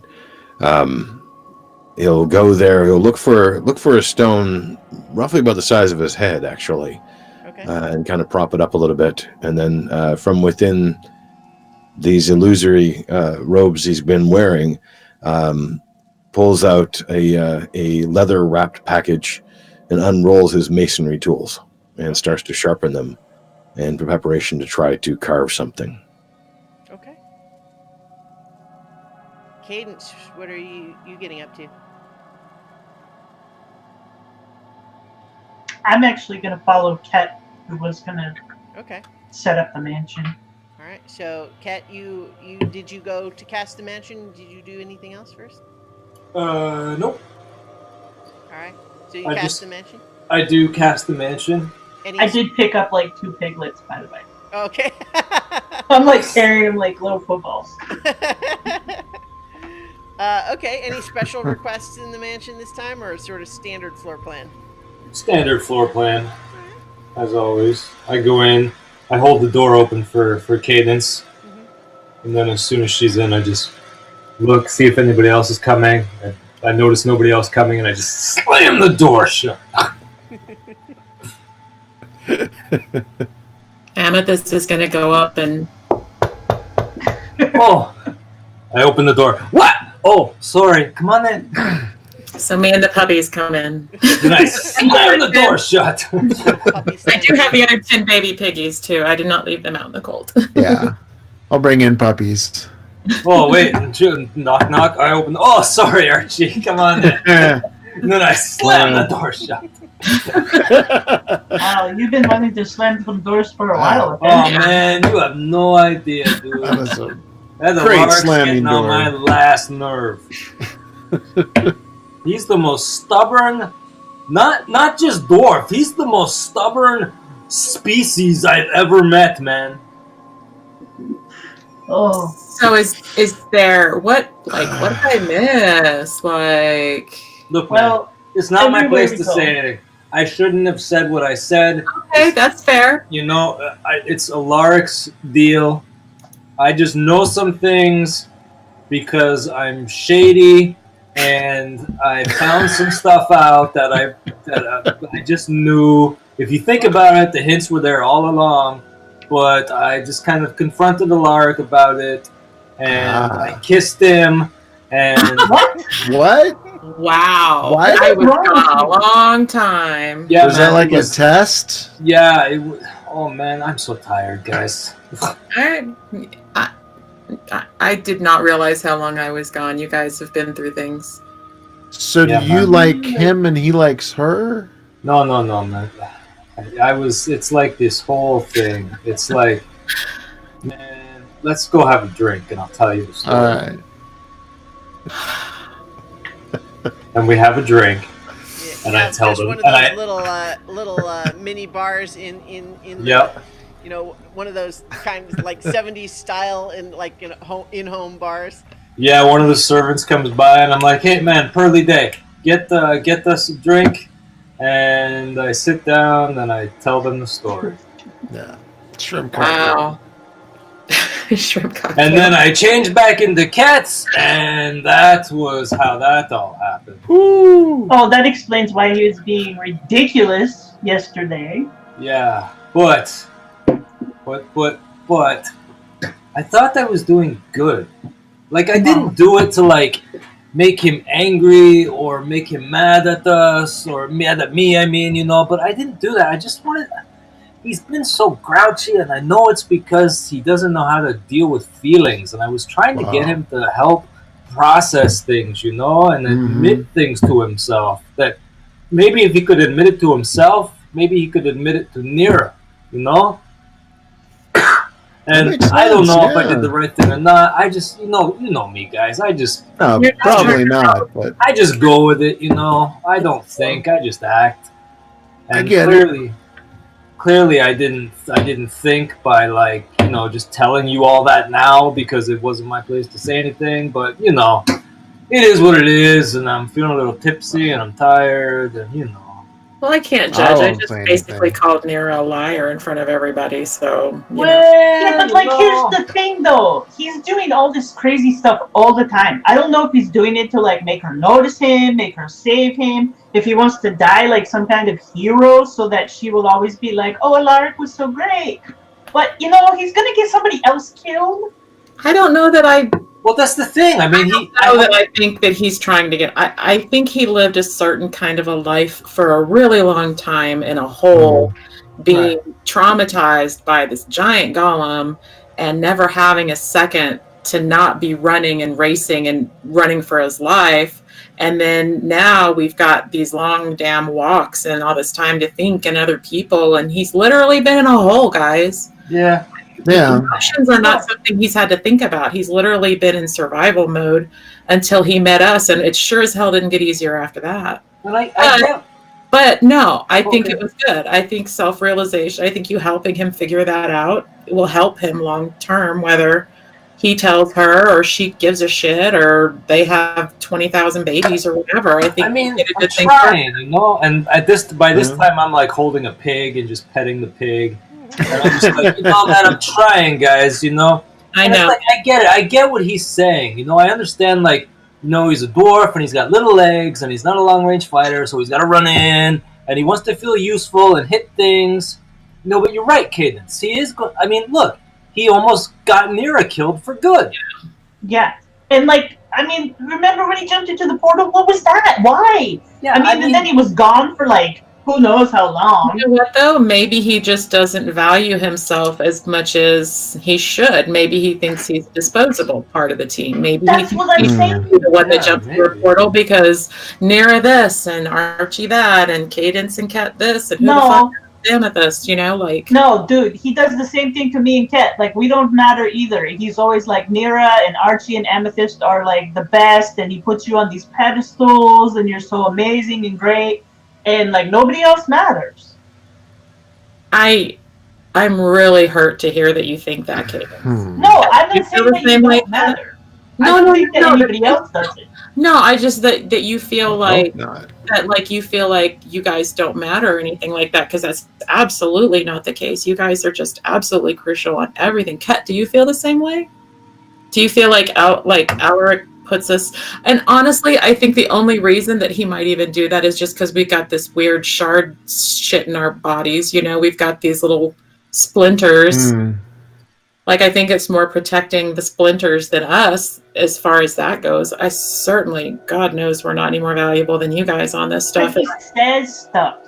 He said the other day about the important people, and he was not talking about us. He was saying he's not important, that me and Kat aren't important. But, I heal him when I can, and I try to help him out. Boy, if I could do anything, I'd plan a little trip to the Archdruid's forest and we'd all chill out and smoke some pipes or whatever. Yeah, what's the D&D equivalent of, the dwarf? What is it in Metro? They have the, tobacco stuff that they always do ritually. Long bottom. Long bottom, long bottom leaf. yeah.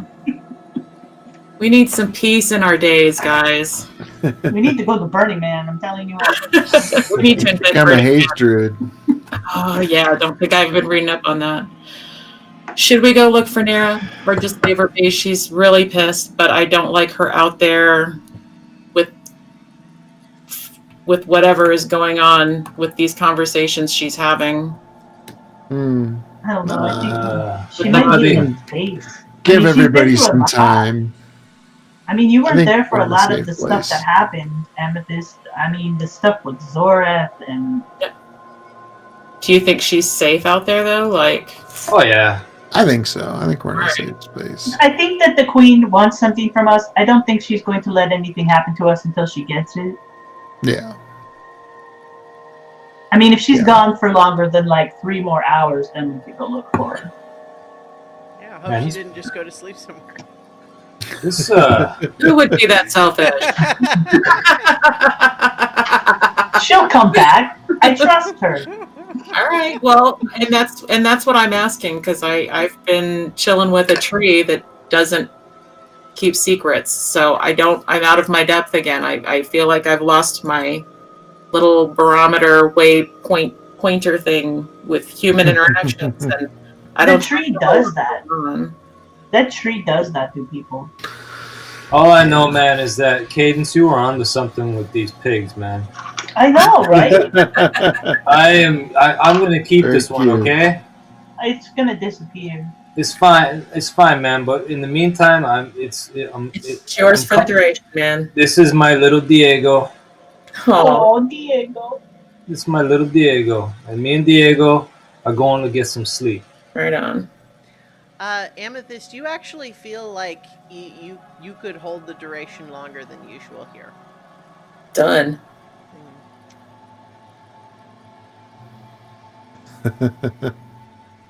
Snuggle up. I love these pics so much. This is Robert 3 and Robert 5. Aw.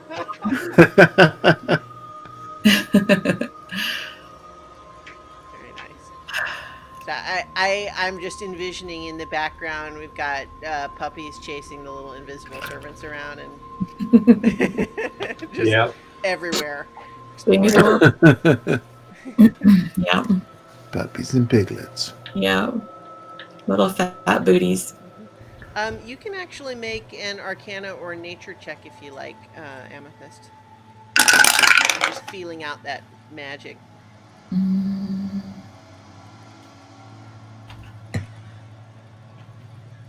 Where did my sheet go? That would be a 16. Okay. One of the things that you realize is that when you do a conjure animals spell, technically what is being conjured are fey spirits that take the Right. animal forms, right? Mm, And yeah. so you realize that here, like, this is where they come from when you conjure them.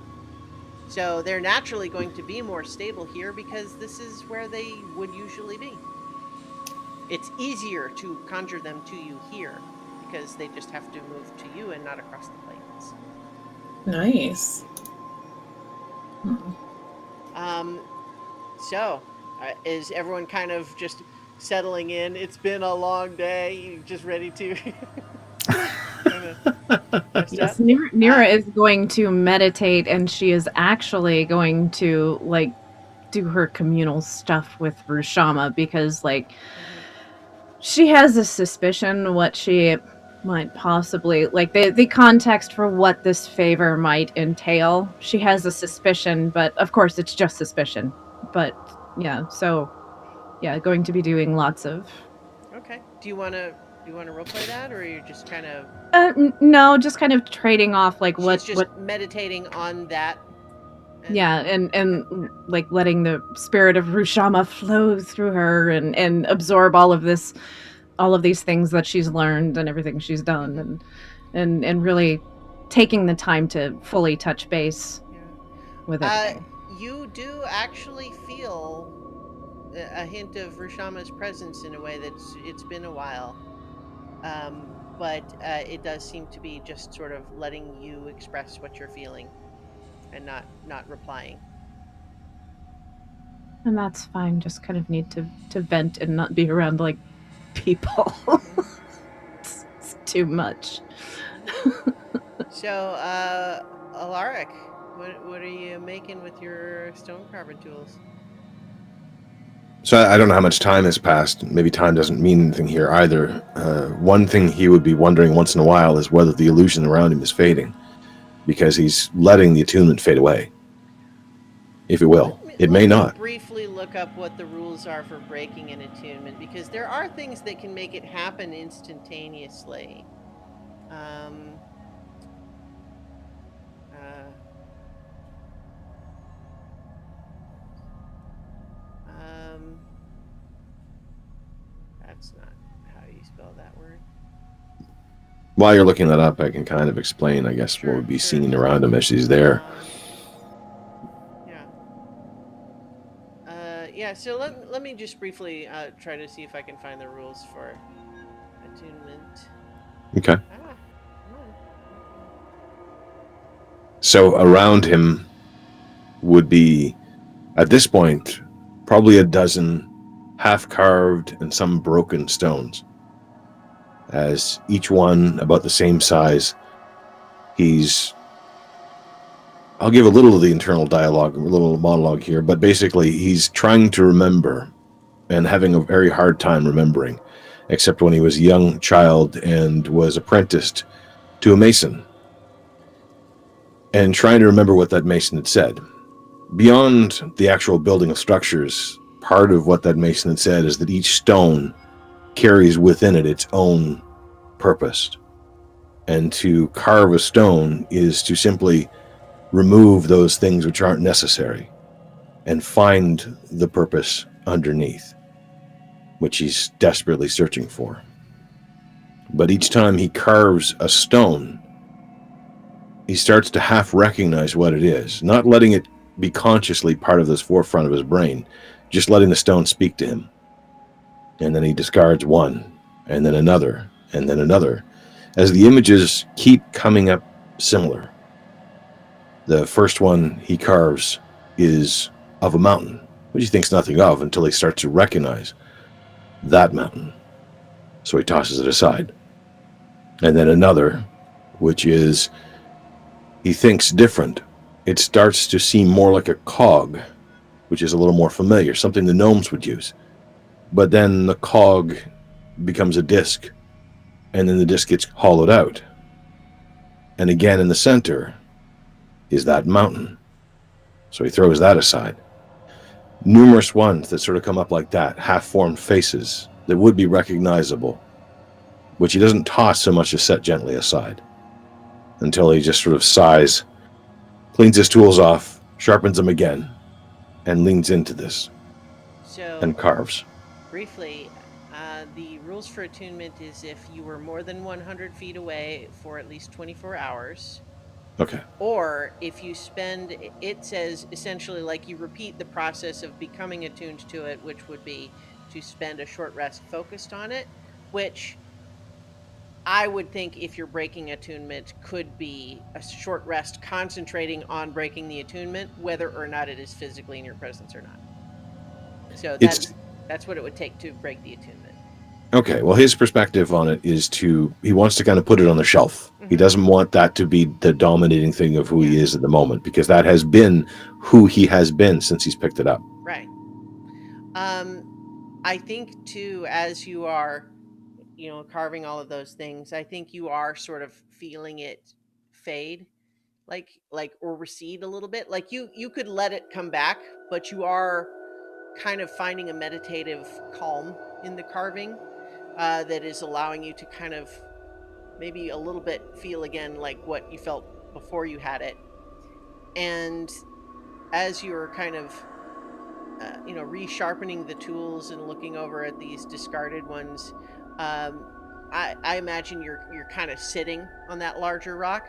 Mm-hmm. And I think at that moment you kind of sense a little bit of movement in your peripheral vision, and you look over, and there's a face in the rock next to you, and it's just an animated rock face that just says, "Do you want to talk about it?" What? This place is maddening. Who are you? Are you the queen? No. I'm a rock. You're the... Oh, Well, really? I'm sorry. If you don't want to talk, I'll leave you to it. I just thought you might want to talk to somebody. Well, you can't leave me now because you're here, and I know you're here, and that's Look, how... I've been here. You're the one that came and sat on me and has started carving up all my babies. And he looks kind of horrified.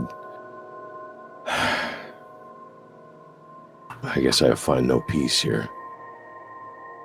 Well, it's okay. Is nothing here simple? Simple stone is all I need. Something that I can work. Something I can forget about all of the other problems and just work the stone. But I did not mean you any harm. I Oh, you didn't apologize. give me any harm. And those are my babies, but honestly, I've really been waiting a long time for them to make something of themselves. Maybe this is just the push they need to kind of get out there and find a field of their own to sit in. Or maybe someone's house if you make them look nice. I can try. I'll make your family a wall. Would they like that? Would you like that? A wall? Like between what? Think of it as a barrier of peace. Somewhere where you can sit and think and put everything else aside for a while. A place that's safe, a place that is sturdy and that you know is sturdy. Strength can come from that. I don't think I Or understand. But if you want to make a wall, that's okay with me. I'm not sure what I want to make. I think I want to make peace, but I don't know how. That's a hard problem. Yeah. Have you always been a stone?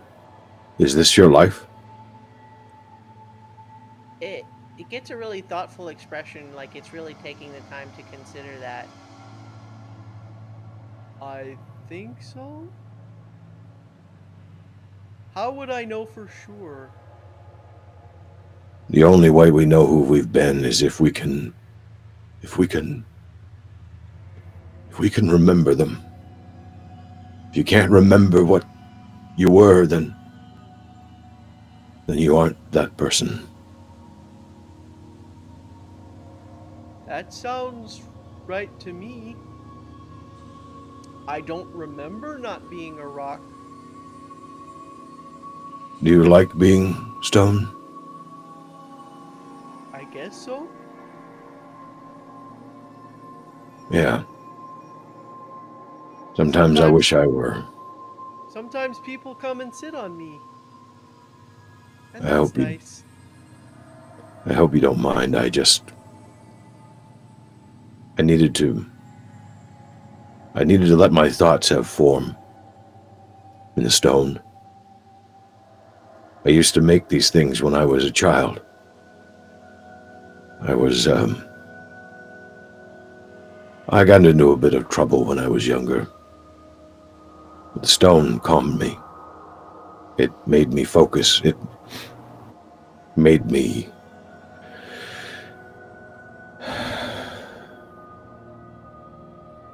It made me.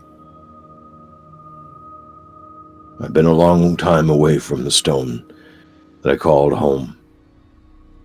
Even the stone which I had to call home. It's a very strange world I found myself in. And now I'm talking to a stone. This might be the final stage, I suppose, of madness.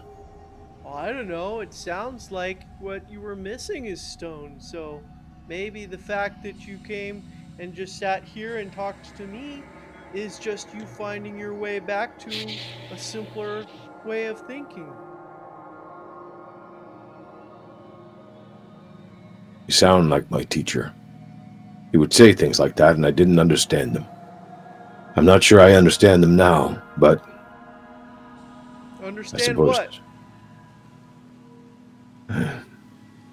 simplicity.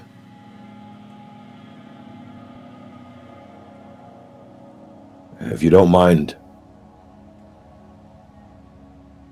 I would like to continue to carve, but I'll listen more to what your children say and let them sing to me. Sounds good. But just so you know, you might want to not listen to everything you find around here. And then it kind of, the face sort of looks back and forth, sort of conspiratorially, and then sort of, like the face is not like moving on, like there's no head that's moving. It's just sort of, but it gives you sort of the expression version of leaning in, and it just says, Some people around here are kind of strange. You mean unlike us who visit? Who else is here? Oh, you know, I suppose I will. But thank you for your words. you're welcome. and then the face basically just kind of recedes into the rock like it was never there. He sort of pats the stone in a familiar and friendly way, and then turns around to the stones that are on the ground. Now, which of you wants to sing me your song first? And he goes back to it. All right. So, I think probably, unless we want to just have everybody, sounds like Amethyst, Otterkey, Cadence, and Ket are just taking a long rest in the mansion. Yep. Nira did her trance. Is she gonna stay in that little room after that, or? I think after the 4 hours, I think I'm good. Kind of centered myself again, and I'm ready to go out and like interact with people again without losing my shit. So I will wander out of my. As soon as you step Private out the area. door, once again, you almost just stumble over this same little elfin creature, except that now they're a little bit taller. All of the coloring is now like yellow and gold, and they just say, "Did you have a nice rest?" I did. Thank you. You look a little different. How do you mean? You know what? It's not important. It's lovely. Is there something going on that I need to know about? Well, all of your friends are hiding in the pocket. Oh, Cat must have conjured the magic mansion. Maybe. All right. There's a very strange door in that room, but it didn't seem to be a problem, so I let it alone. Yeah, it's fine. I think they needed their own space. They're more comfortable that way. Your shorter friend walked out through the wall and then out into the world. Is he safe? Is it all right if he does that? I know we're protected here. He's all right? Oh, I'm sure he'll be safe. But I don't know where he is. I know where he went. Maybe I should go look for him. Are you going to have more shouting words with him? No, I think things have calmed down now. Well, I think sometimes it helps to just really let everything out. Just confront those problems and hit them head on. You sound very interested in our little arguments. Well, we don't have mortals visiting us all the time, I mean, sometimes they come through, but usually they're not official guests of the Queen. Hmm.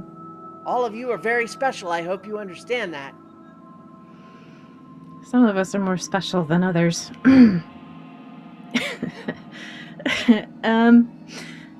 When or could you point me in the direction that you said the shorter friend with the beard, is that the one you meant?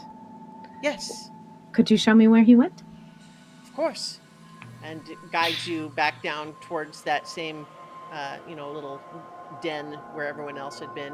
And Ket, would the mansion door be visible or like? Yeah, it's visible. Yeah. Okay, so you would see recognize the mansion door there, but Denobrium would guide you over to where there is what looks sort of just like a window in this strange wall of trees and vines and flowers, and would just guide out, just looking down. There's sort of a slope hill and a field out there, and make a perception check.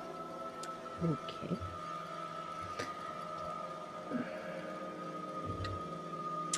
It's a 24. Yeah, you think that you do see there is a notable rock that's kind of in the middle of a field. In fact, the field around it looks like it's farmland, but the furrows plowed in it look almost like they're around this rock, like a Zen garden. But sitting on the rock, you see a little bit of a glimpse of what might be a lark. It's far enough away that you're pretty sure, but it's not obvious. All right. I'm going to kind of lean in the window. I'm going to watch him for a second. Like, does he appear to be like? Am I just like seeing a glimpse of his back? Like, yeah, you basically see like the top of a head and a shoulder, like, partially blocked by the rock, but doesn't seem, seems to be maybe working on something, but you can't really see from here. Well, he looks all right. I mean, I don't want to scare him. Well, it's a very nice rock he's chosen to sit on. I think he'll be okay. All right. Just I'm not sure, like, I don't know that he's rested or anything, so I'm going to just whisper through the window using healing word and just Well, he's much more than 60 feet away. Oh, is he? Yeah. Ugh, I don't want to climb through the window. Dang it, Mark.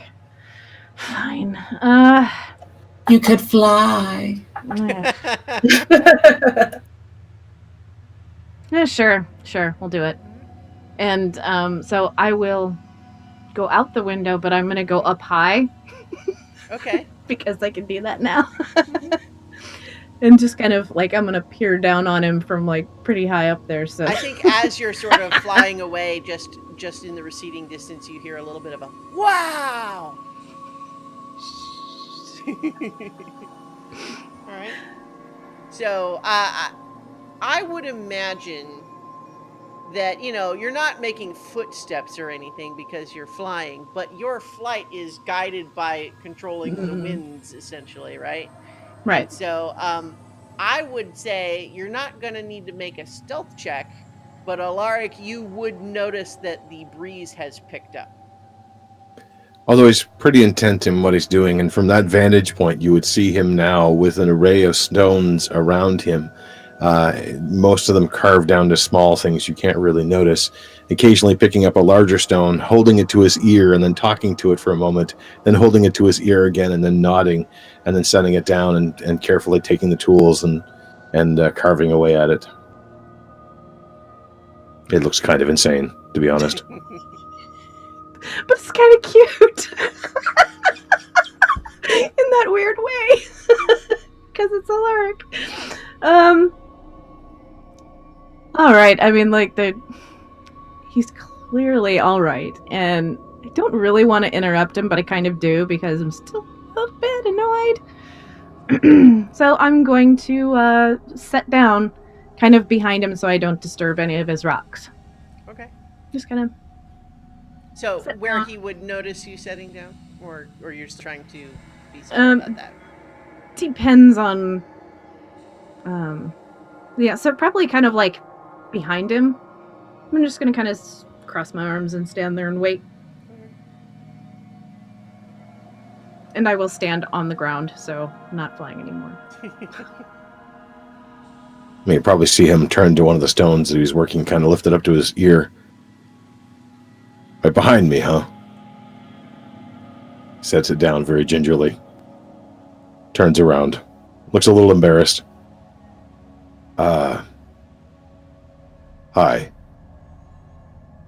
What are Has you doing the out here? enchantment faded, by the way? For the axe, Yeah. I think it's been long enough that if like I think if that was part of what you were trying to do, that yeah, you could have made that happen. And so Okay. He's also taken off the God, I don't even remember what it is now. I think it's chainmail that he was wearing. Studded leather, actually, which is kind of discarded off to one side, pitted and burned and kind of full of holes, actually, at the time. Just there in kind of the simple shirt with the tools out. Probably, looking a little crazy, but that's not unusual. I've been working the stone. It's a very nice stone. It holds a conversation better than I expected. I didn't know what I was going to carve. But I think I'm figuring that out. It's not finished yet. I don't want to. I mean, it's only started, but I got a lot of work to do. But how are you? Are you okay? You look like you're actually here. As far as I can tell, I am. If either one of us is actually here. I'm not entirely certain. We just didn't pass out back there in the tree, and this is all just a dream or an illusion or something else. I understand that it's difficult to get used to things like this. I have a hard time. I was fooled. I thought I should know the difference between you and Jinxie. I thought it would be easy to figure that out. It wasn't as hard before, but she moved like you, she sounded like you, although a little less committed, maybe. I was a fool. You weren't a fool for that, Alaric. Anybody could be, even the smartest of people can be fooled by magic of that nature. Yeah, but the fact it was you, of all the people, I should know you. Well, I've seen you, and I've watched you, and I know you. I've seen you change. And I thought I knew what those changes were. Although now you've kind of changed again. Now I'm not so certain anymore. people change, Alaric. Everybody changes. Even you change. No. And I think I can see what you're doing. You're trying to remember who you were. I don't know if it's memory or wanting to know who I am. Yeah, am I that memory? Is that who I was? Is that who I am? And if anything changes now, does it matter? All I remember is that we're going to be giving this away, and if that's the case, does any of this matter? Do you matter? Do I matter? Well, you matter, I know that, but I mean, So I'm gonna kind of step up beside him and kind of crouch down there, kind of on his level. Sort of maybe pick up one of these stones that is half carved, and it looks like a figurine. It's they all kind of, as you get closer to them, recognize them as figurines with larger square bases on them. If you've ever seen a dragon chess set, it's similar to that. The one that you pick up, well, let's see. Let's do a little D8 randomness here just for fun. Okay. The one that you pick up actually vaguely has a cat-like feature. Looks roughly like cat, but it's not very expert. That one's not finished yet. I haven't been able to get everything just right. well, so here's the thing, Alaric. I've been thinking about something, and I haven't told anybody. What do you mean? And there's a look of fear that's crossing his face at this moment. I've actually been considering when all of this is over. I don't know if this will mean anything to you or not. But when all of this is over, I'm thinking about maybe not going back to that dragon. What do you mean? I thought... I don't remember what you gave up, but we all gave up things that make up who we are. But does it? Because who I am now is who I am. And having those things back, maybe it would change something, but maybe it wouldn't. And I don't know... I'm not finished becoming who I'm supposed to be. I don't think you are either. Nobody is. Like, that's kind of the point of living our lives, and we continue to grow and change. We're not finished with the stone yet. We're still half carved. Exactly.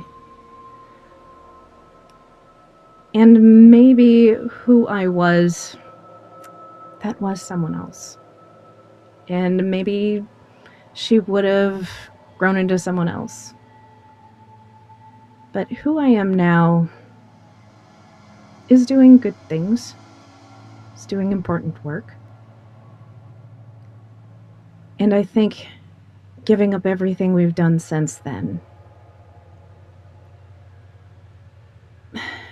being that other person, I don't know that I want to be anyone else. I know who you are. At least I know who you are to me. Everybody is somebody to other people. Not everybody is somebody, special. That's reserved for a few. Well, And I've reserved it for you. Above all others. she kind of stops, and she think flashing back to something Cadence said. I'm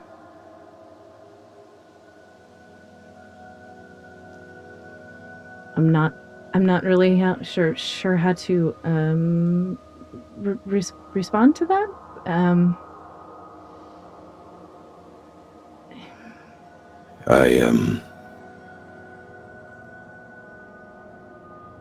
I'm a dwarf.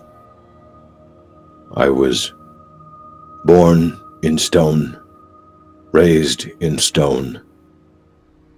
Stone is the very backbone of our existence. This much I will never forget.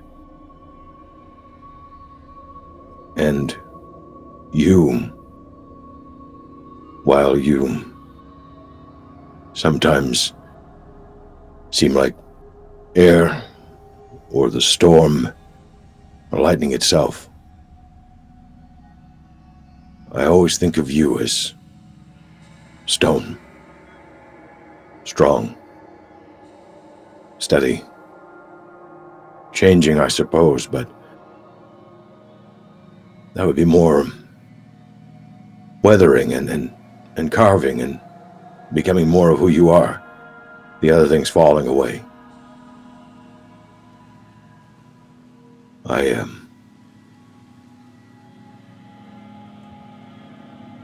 I don't know who I am to you, however. And I've been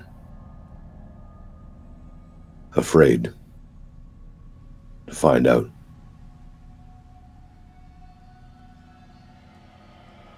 And I had more important things to do. There were battles to be fought. There were places to go.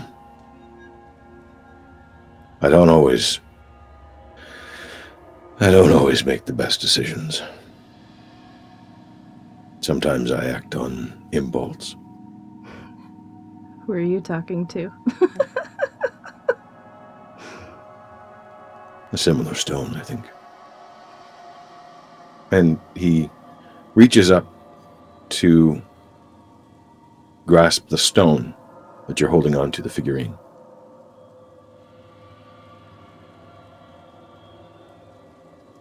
I tried carving a lot of different things. None of them made any sense to me. I think they do now. Every time I tried to carve something else, I saw you.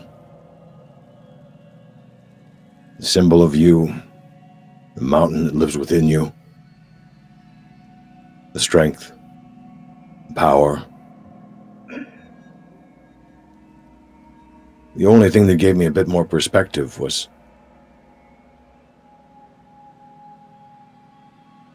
carving us all as part of a larger game. But you're still the centerpiece of the board to me.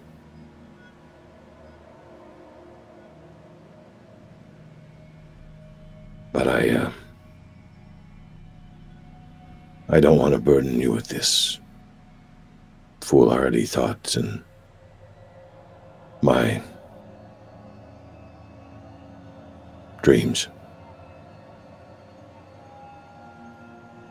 It could all be over tomorrow, or the day after that, or the day after that. And wiped away if we ever returned and gave back the memories and weren't us anymore. So I've tried to hide it. Some are more kind of looking at the cat statue you're holding or the cat figurine you're holding. Some are a little more perceptive than others. I should probably throttle him at some point, but I may also buy him a beer.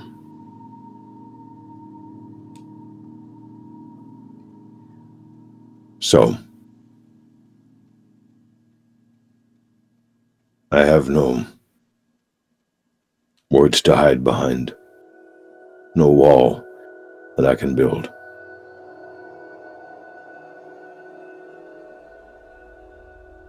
But now I must ask you. No. I have to tell you. Nirkina Ethu, cleric of Rashama, daughter of the mountain, child of the sky.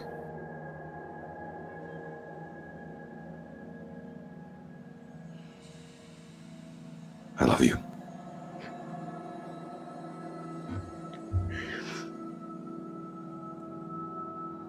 So Nira just stares at him a moment. Just I'm complete sorry. shock. I shouldn't have said that. Forget about it. I have more carving to do.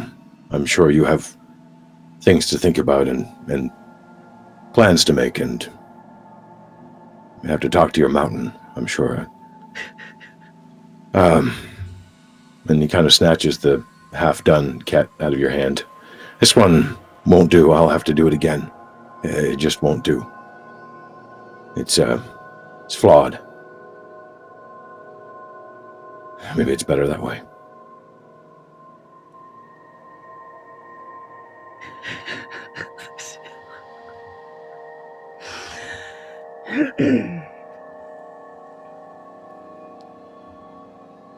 So she is speechless. And she sort of quietly stands up, turns around, and walks away. He watches Very her go, quickly. and then just turns back to the stone, hiding his reaction. So, fleeing in panic to the magic mansion. You probably hear some smashing of stone behind you. Aww. Are you flying, fleeing? Possibly back through the window, so kind of have to maybe. Back to the door where the magic mansion is, and she kind of throws it open, slams it behind her, and screams for Cadence. I wake up in a pile of pigs. Just another night in the mansion. And that's not a euphemism.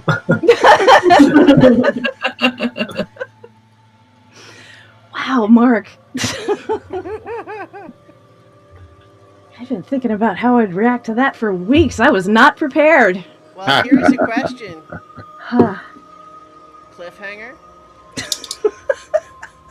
It is getting kind of late. I think it's time. Yeah. How will this soap opera continue? Oh man. Find out next week. Did we tell the people they could ask questions? They might have questions. Oh, I think some of those questions we might have to say we're not sure of the answer yet. Stay tuned. Wow. So yeah, I think we do have a couple people in the chat. If you have questions, although like I said, if we're stopping here, so it might be that some of these questions are still unresolved. We got a so Nira, how are we feeling? I think panic seems. Oh yeah. Oh yeah. A little bit. Yeah, she went out there intending to have a chat because some things have happened, and that was not something she saw coming. I was pretty sure she was going to try to kill him.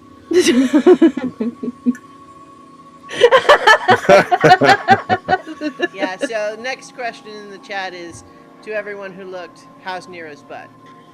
So I'm going to answer rock hard.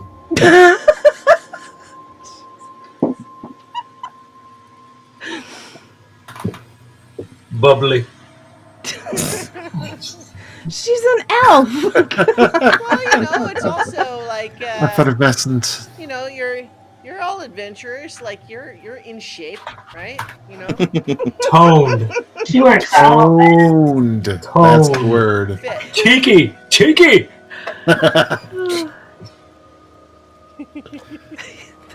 Well, I don't know. I feel like too many questions risks ruining this cliffhangery moment. Yes. Drama One thing- in the yeah. air. There's a What lot of things happens next? happening I right can't now wait to on- find out, but we'll find out next time for more drama on So Many Levels.